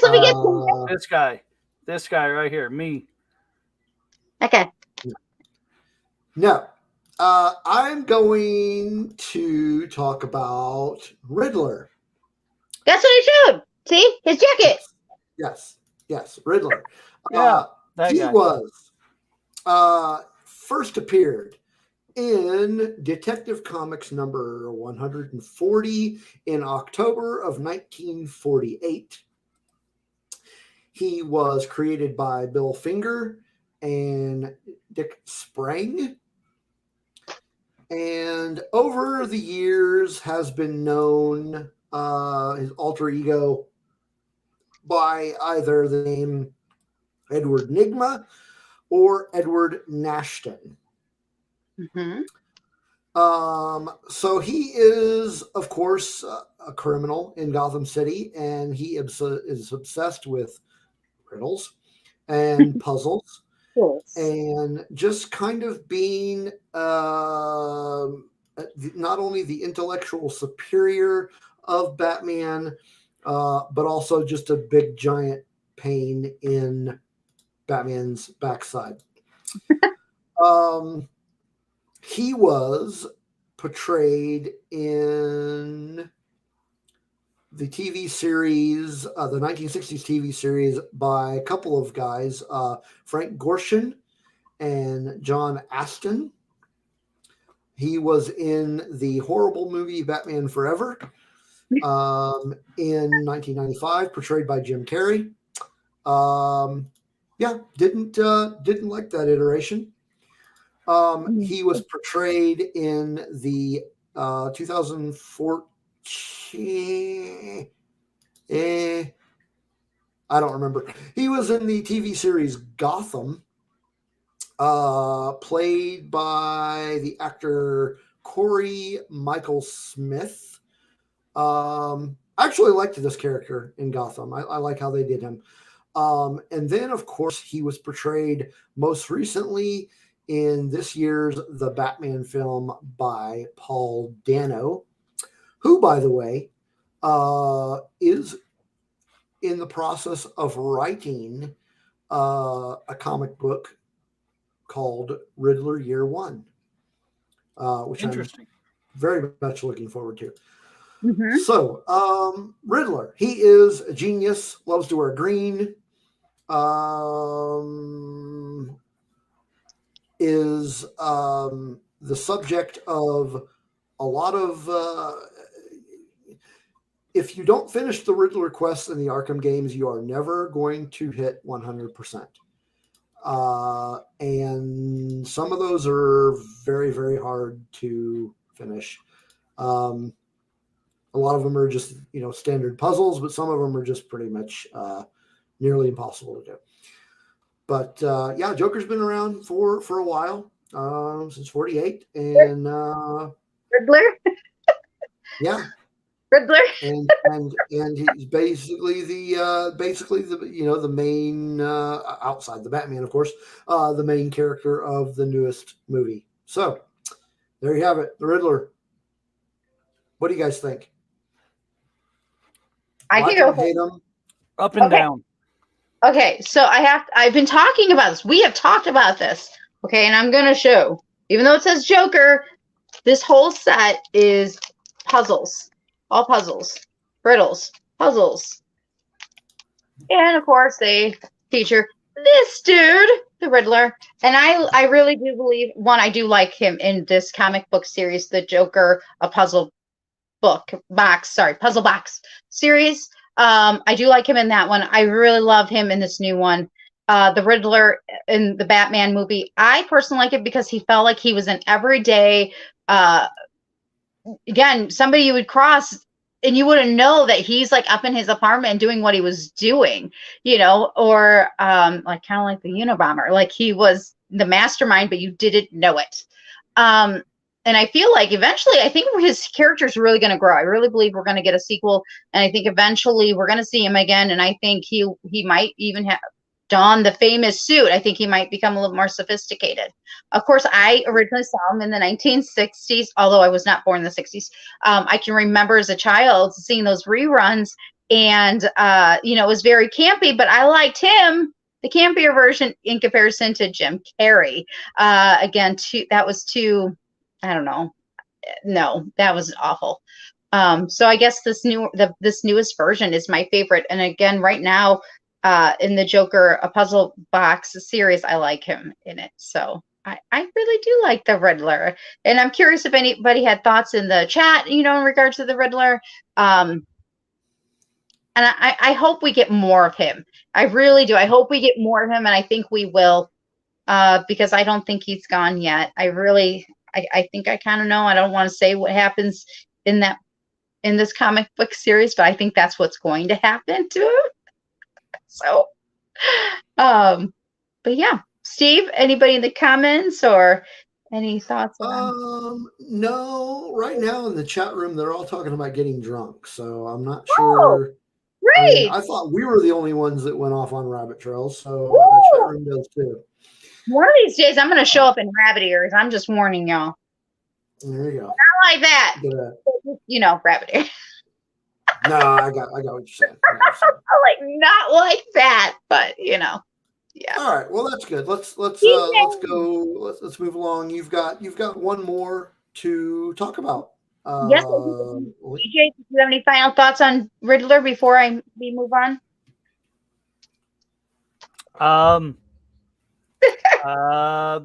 Up and down character for me. Mostly downs, except for this last version of him. I thought was really good. Other than that, yeah. Okay.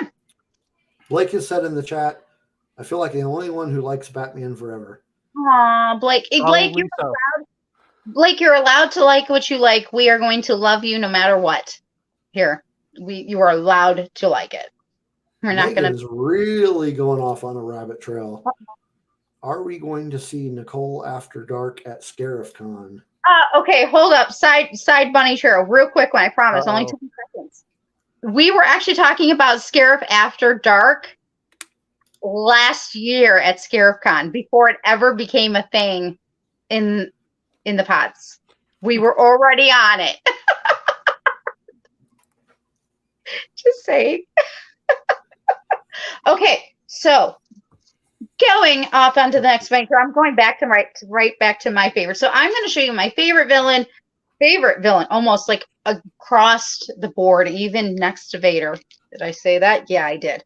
Yeah, I did, and that is the Joker. Okay, so back when I first began reading the comics, one of the first comic books that I actually started reading was this one. That's not that long ago, and it was actually a series with Batman and Catwoman where they got married, and of course this one was called The Best Man, and it had, of course, Joker.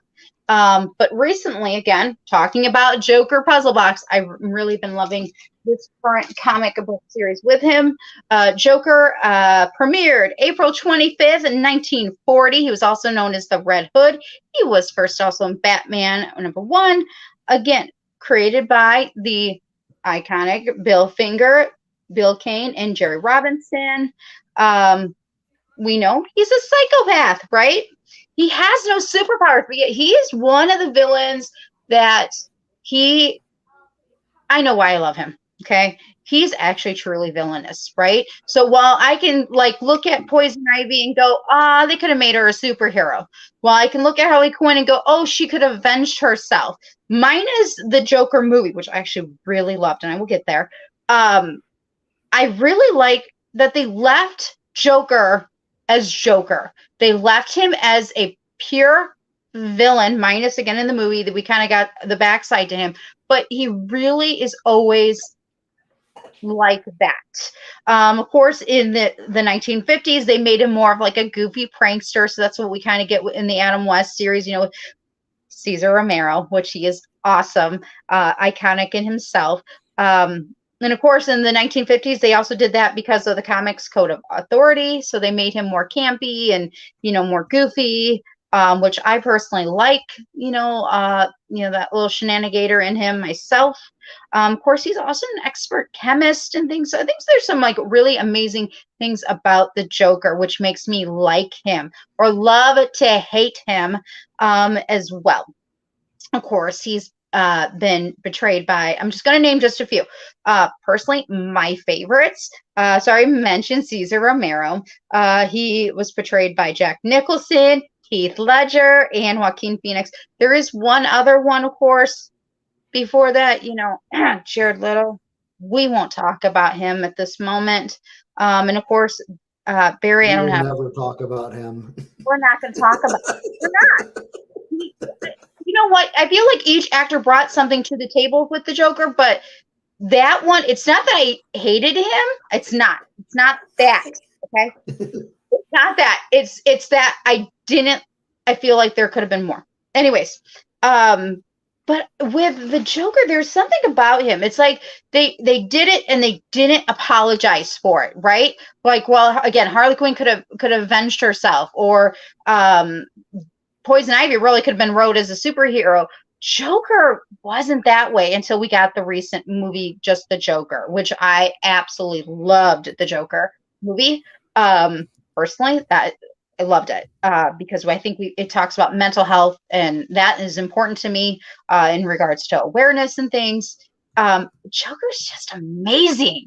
He fun to love and fun to hate, and just all these are wonderful, wonderful things. So I'm just going to open up to the floor because I know that we have Joker Voice, of course, in the chat, and I know that we have people in the chat room that also love him as well as you guys. So I want to talk about the Joker just for a few minutes, because he is my favorite villain. Okay, I do need to clear something up. I hope Joker Voice does realize that I was kidding in the chat. There was some back and forth going on here where I said worst Batman villain ever, and then I followed up by so overrated. I'm kidding. Boom! Can we just do the little thing that comes down with the flag that says boom? Pew pew! Just kidding. Yes. So No. I lost another 50 points. What'd you do now? Well, I guess I lost 100 cool points because I said he's not he's not Palpatine. He's no Palpatine. Yeah. He's And better then than Palpatine. I lost another 50 because I did not like the Joker movie. Huh. It's a complete ripoff of another movie that was done years before that had nothing to do with the Joker. I personally love it. Okay, explain. So now I can't remember the name of the movie. I had it on the tip of my tongue and I lost it. So Robert De Niro played in a movie with the exact same plot. Taxi Driver. Robert De Niro's movie with the Joker. Now I'll have to look it up. I personally loved it because it really kept me on the edge of my seat. It was scary. It was suspenseful.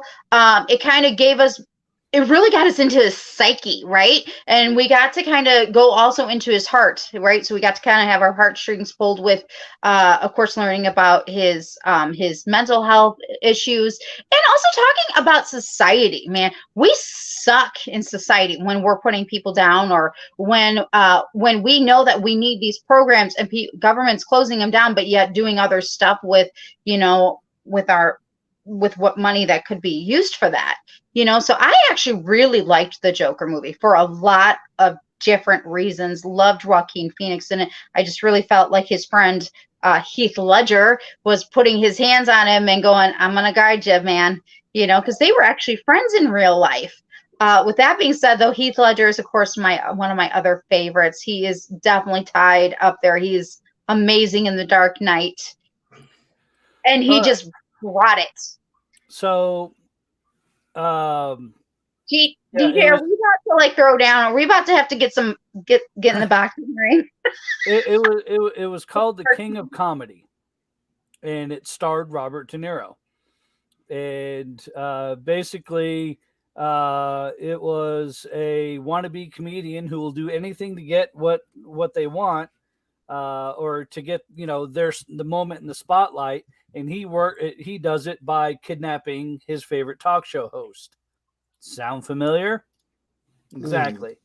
It's just, I mean, it was a completely, all they did was remake the movie, change a couple of scenes in there, add a couple of not spooky, but challenging moments with mental health issues of it, which were done well. But it's like, I don't want to see another retelling of King of Comedy. Write original story. Anybody would pay to go see it. I'll be honest, I've never seen King of Comedy. And it was a good movie. So I would have to see it in order to have a fair weigh-in on that in comparison.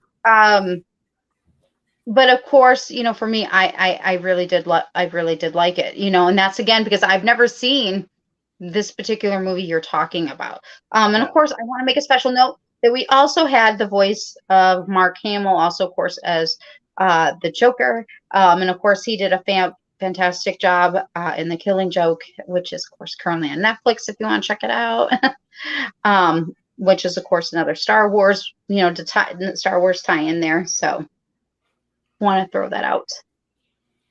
Yeah. So I mean, and that's I didn't like that version of the movie just because I'd already seen it before, But I hadn't, and I know. Well, I know, but Joker voice is giving me grief now. Stop it, because I didn't like that. I didn't like the movie just because that's the reasons why I didn't like the movie.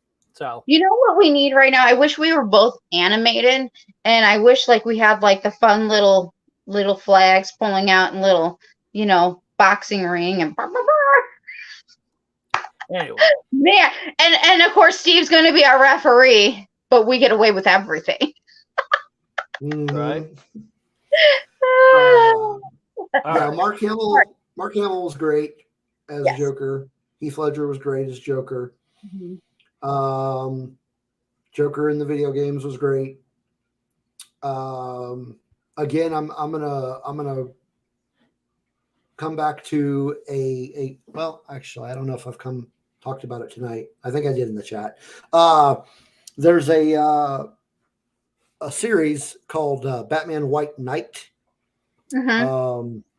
And so there's two of them. There's oh geez, now I got to look this up. There's Batman White Knight, and then there's a sequel, and then another one coming out soon. I'm trying to remember what the second one is.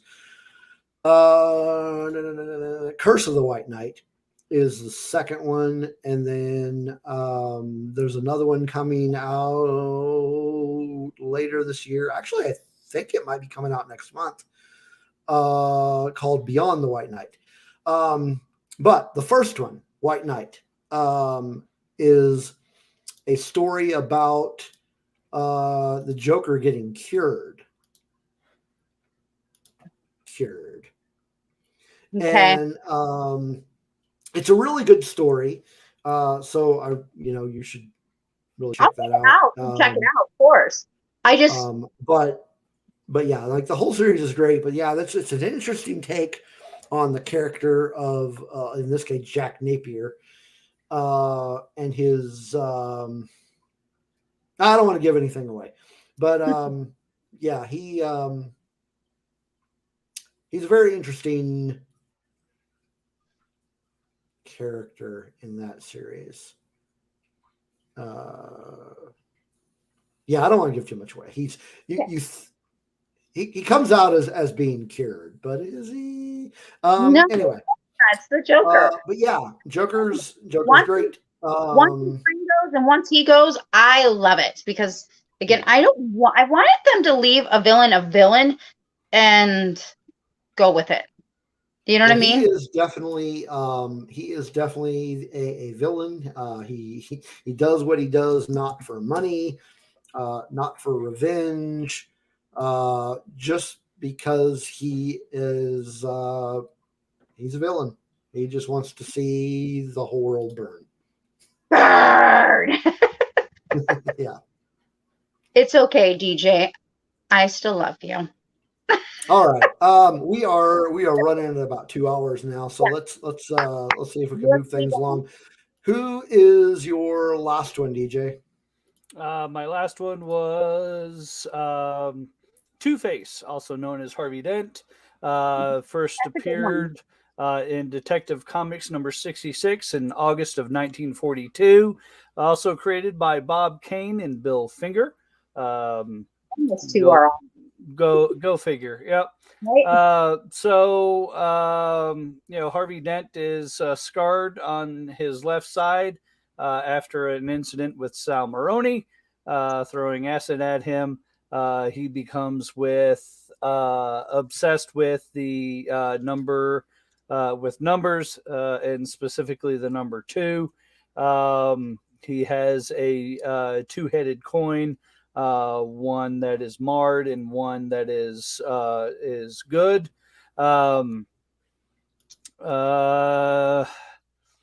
There's been different versions of him with whether he's been friends with James Gordon or whether he's been friends with Bruce Wayne. He really has no superpowers to speak of other than he is proficient in marksmanship and in hand-to-hand combat. He's been portrayed by Billy D. Williams in Batman 1989, Tommy Lee Jones in Batman Forever, Aaron Eckhart in The Dark Knight, Nicholas de Agosto, he was in Gotham, Richard Mull, who played Bull from Night Court, provided the voice in animation, and Troy Baker, the incomparable Troy Baker, voiced him in several video games.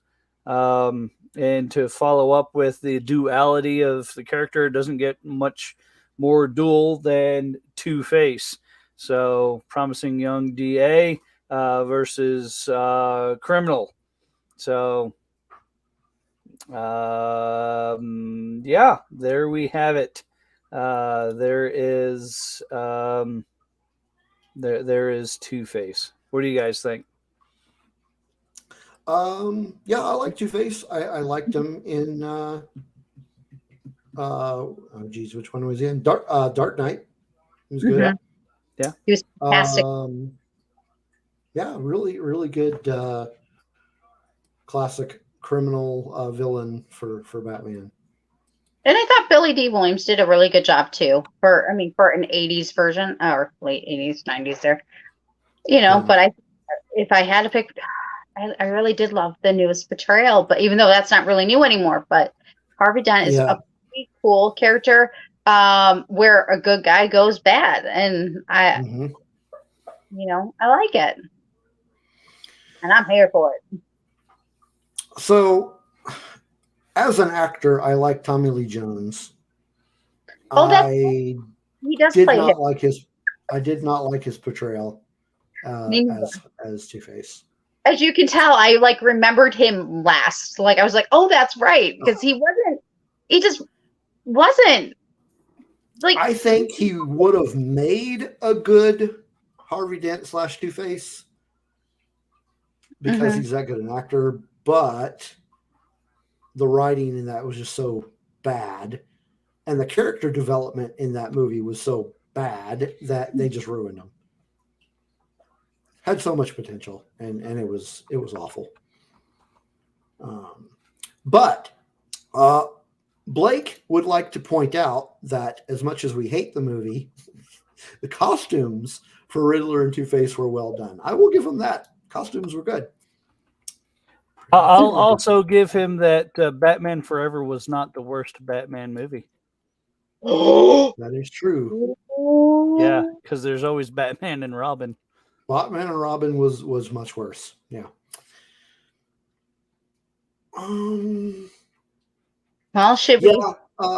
Well, Blake made another good point. He wishes Harvey Dent had more time to develop into Two-Face in the Right. Dark Knight trilogy, and I wholeheartedly agree with that.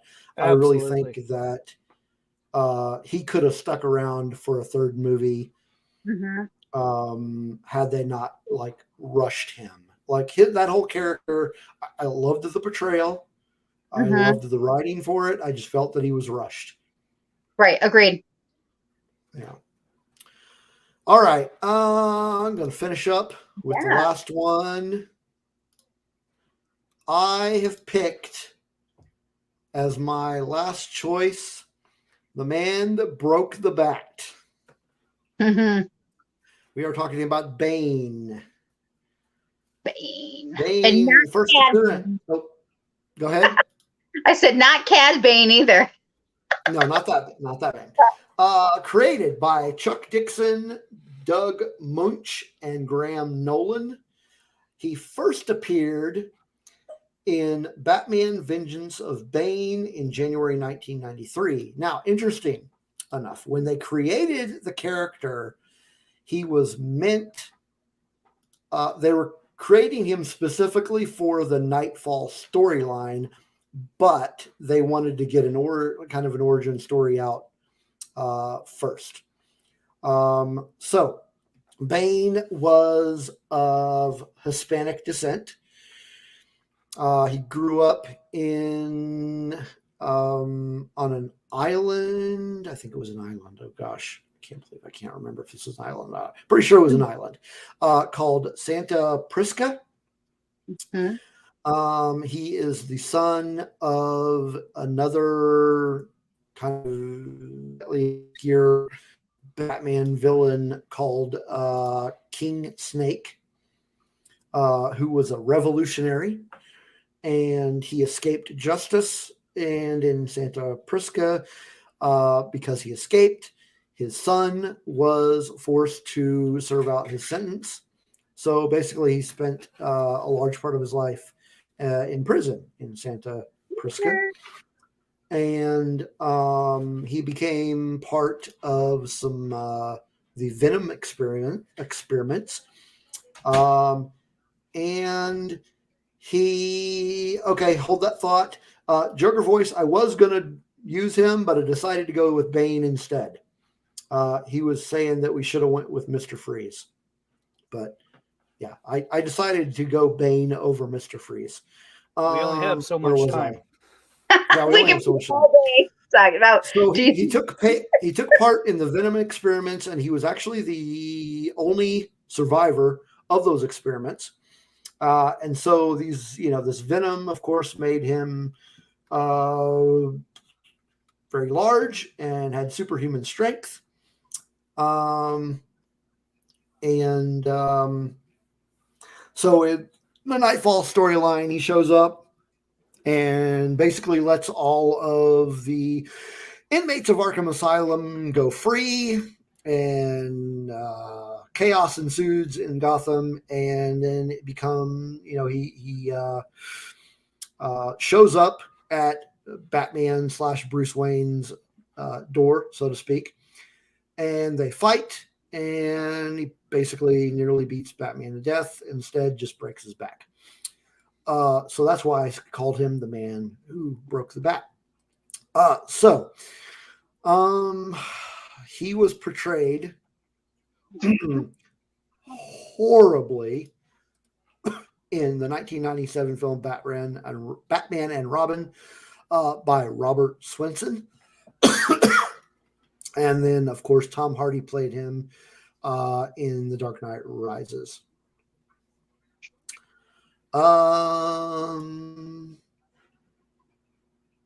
Yeah. What do you guys think of Bane?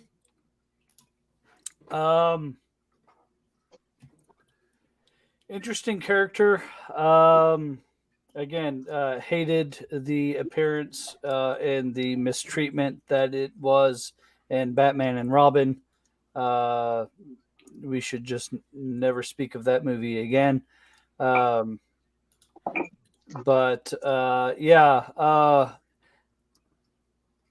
liked most of Tom Hardy's version of him. Not all, but a very interesting character. I like him a whole lot better in the comics than I do in live action. Yeah, no, I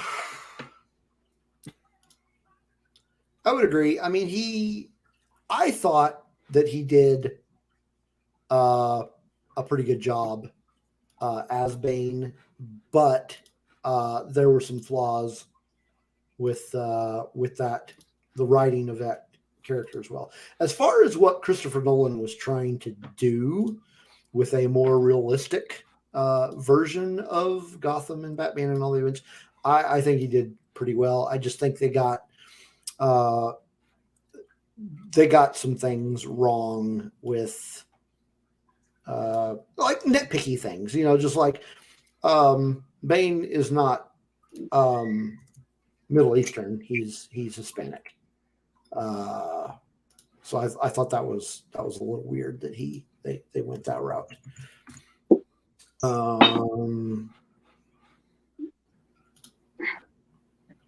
Yeah. Nicole, what do you think of Bane?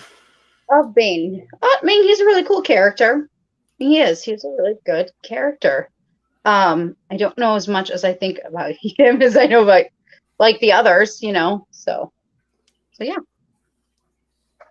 Sorry, I've got squiggly cats and cats that were knocking on my door. So Joker Voice said that nobody ever got him correct in any film adaptation. I would agree to your point. Never got him 100% correct. And he goes on to say, if Nolan wanted to stay grounded, he never should have gone with Bane as a villain. I can go there too, because there's no way you can do Bane and correctly and be 100% accurate. There's just no way. He is one of the few that of Batman's villains that has, for lack of a better term, superpowers. Mm-hmm. There aren't that many. Most of them are you know, villains. Hands. yeah, they're just criminals, you know, like Penguin, and you know, they're just criminals. But yeah, I think despite all that, in Dark Knight Rises, for what they were going for and what they did, I did like Tom Hardy as Bane. I think if they would have written him more accurately, Tom Hardy would have done a pretty good job. Anyway, I think that is it. We have, we have really been talking up a storm tonight, haven't we? Yep. And DJ looks like he's about to go take a nap. He wants to go to bed. Let's talk about our polls. So I actually meant to do this. I did 2 separate polls, and then I actually meant to go back and take the winners of those 2 polls and put them up against each other, but I forgot to. So we're just going to talk about all of them.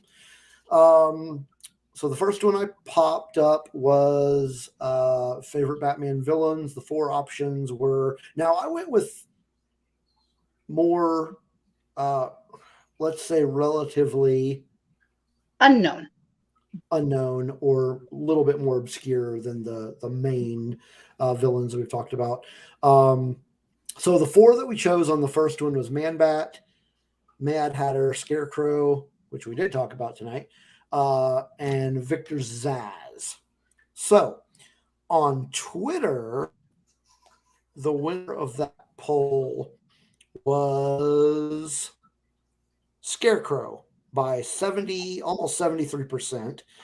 And on Instagram, I did these polls on Instagram as well, because thanks to Lunar Girl, I figured out how to do polls on Instagram. Scarecrow also won on that one with 56%. Very sad that Victor Zsasz got 0% on Instagram. That's sad. Oh well. Okay. And then moving on to the next one, the 4 options were Black Mask, Clayface, Firefly, and Mr. Thomas Elliot himself, Hush. On Twitter, it was actually kind of close on Twitter, but winning with 40, let's call it 45% of the vote, Hush was the winner of that one. Hey, you won, DJ. Do you get a prize? You get bragging rights. However, on Instagram, it was not nearly as close. And by 44%, the winner was Black Mask. So Hush won on Twitter, but not on Instagram. All right, I can see DJ there is about to fall asleep. I'm awake. We are good. This was our discussion of Batman's Rogues Gallery. Yep. Of course, next week we're going to be talking about the sporting cast. We might have some fun in the works too with this, but we're still working out the kinks. Hopefully. Yeah. It's going to be interesting. Next week is going to be interesting. So make sure you come back for that one. And thanks everybody in the chat room for coming and hanging out and putting up with our nonsense. Yes, thank you. And thank you everybody who has subscribed to our YouTube. And also another extra special thanks to our patrons. And again, hope to see you guys here next week. Any parting thoughts, DJ and Nicole? Go enjoy some Batman. Yes. No, I appreciate everyone for tuning in. And for those who are going to be listening to this later, thank you again for tuning into Rogue One Radio. And of course, I have 2 awesome co-hosts that put up with me and all my nonsense. So thank you always to Steve and DJ. To those really cool cats. All right. So go watch the Batman again, or for the first time if you haven't yet. And if you haven't, you need to. And yeah, go read some Batman comics and stuff. And see you next week.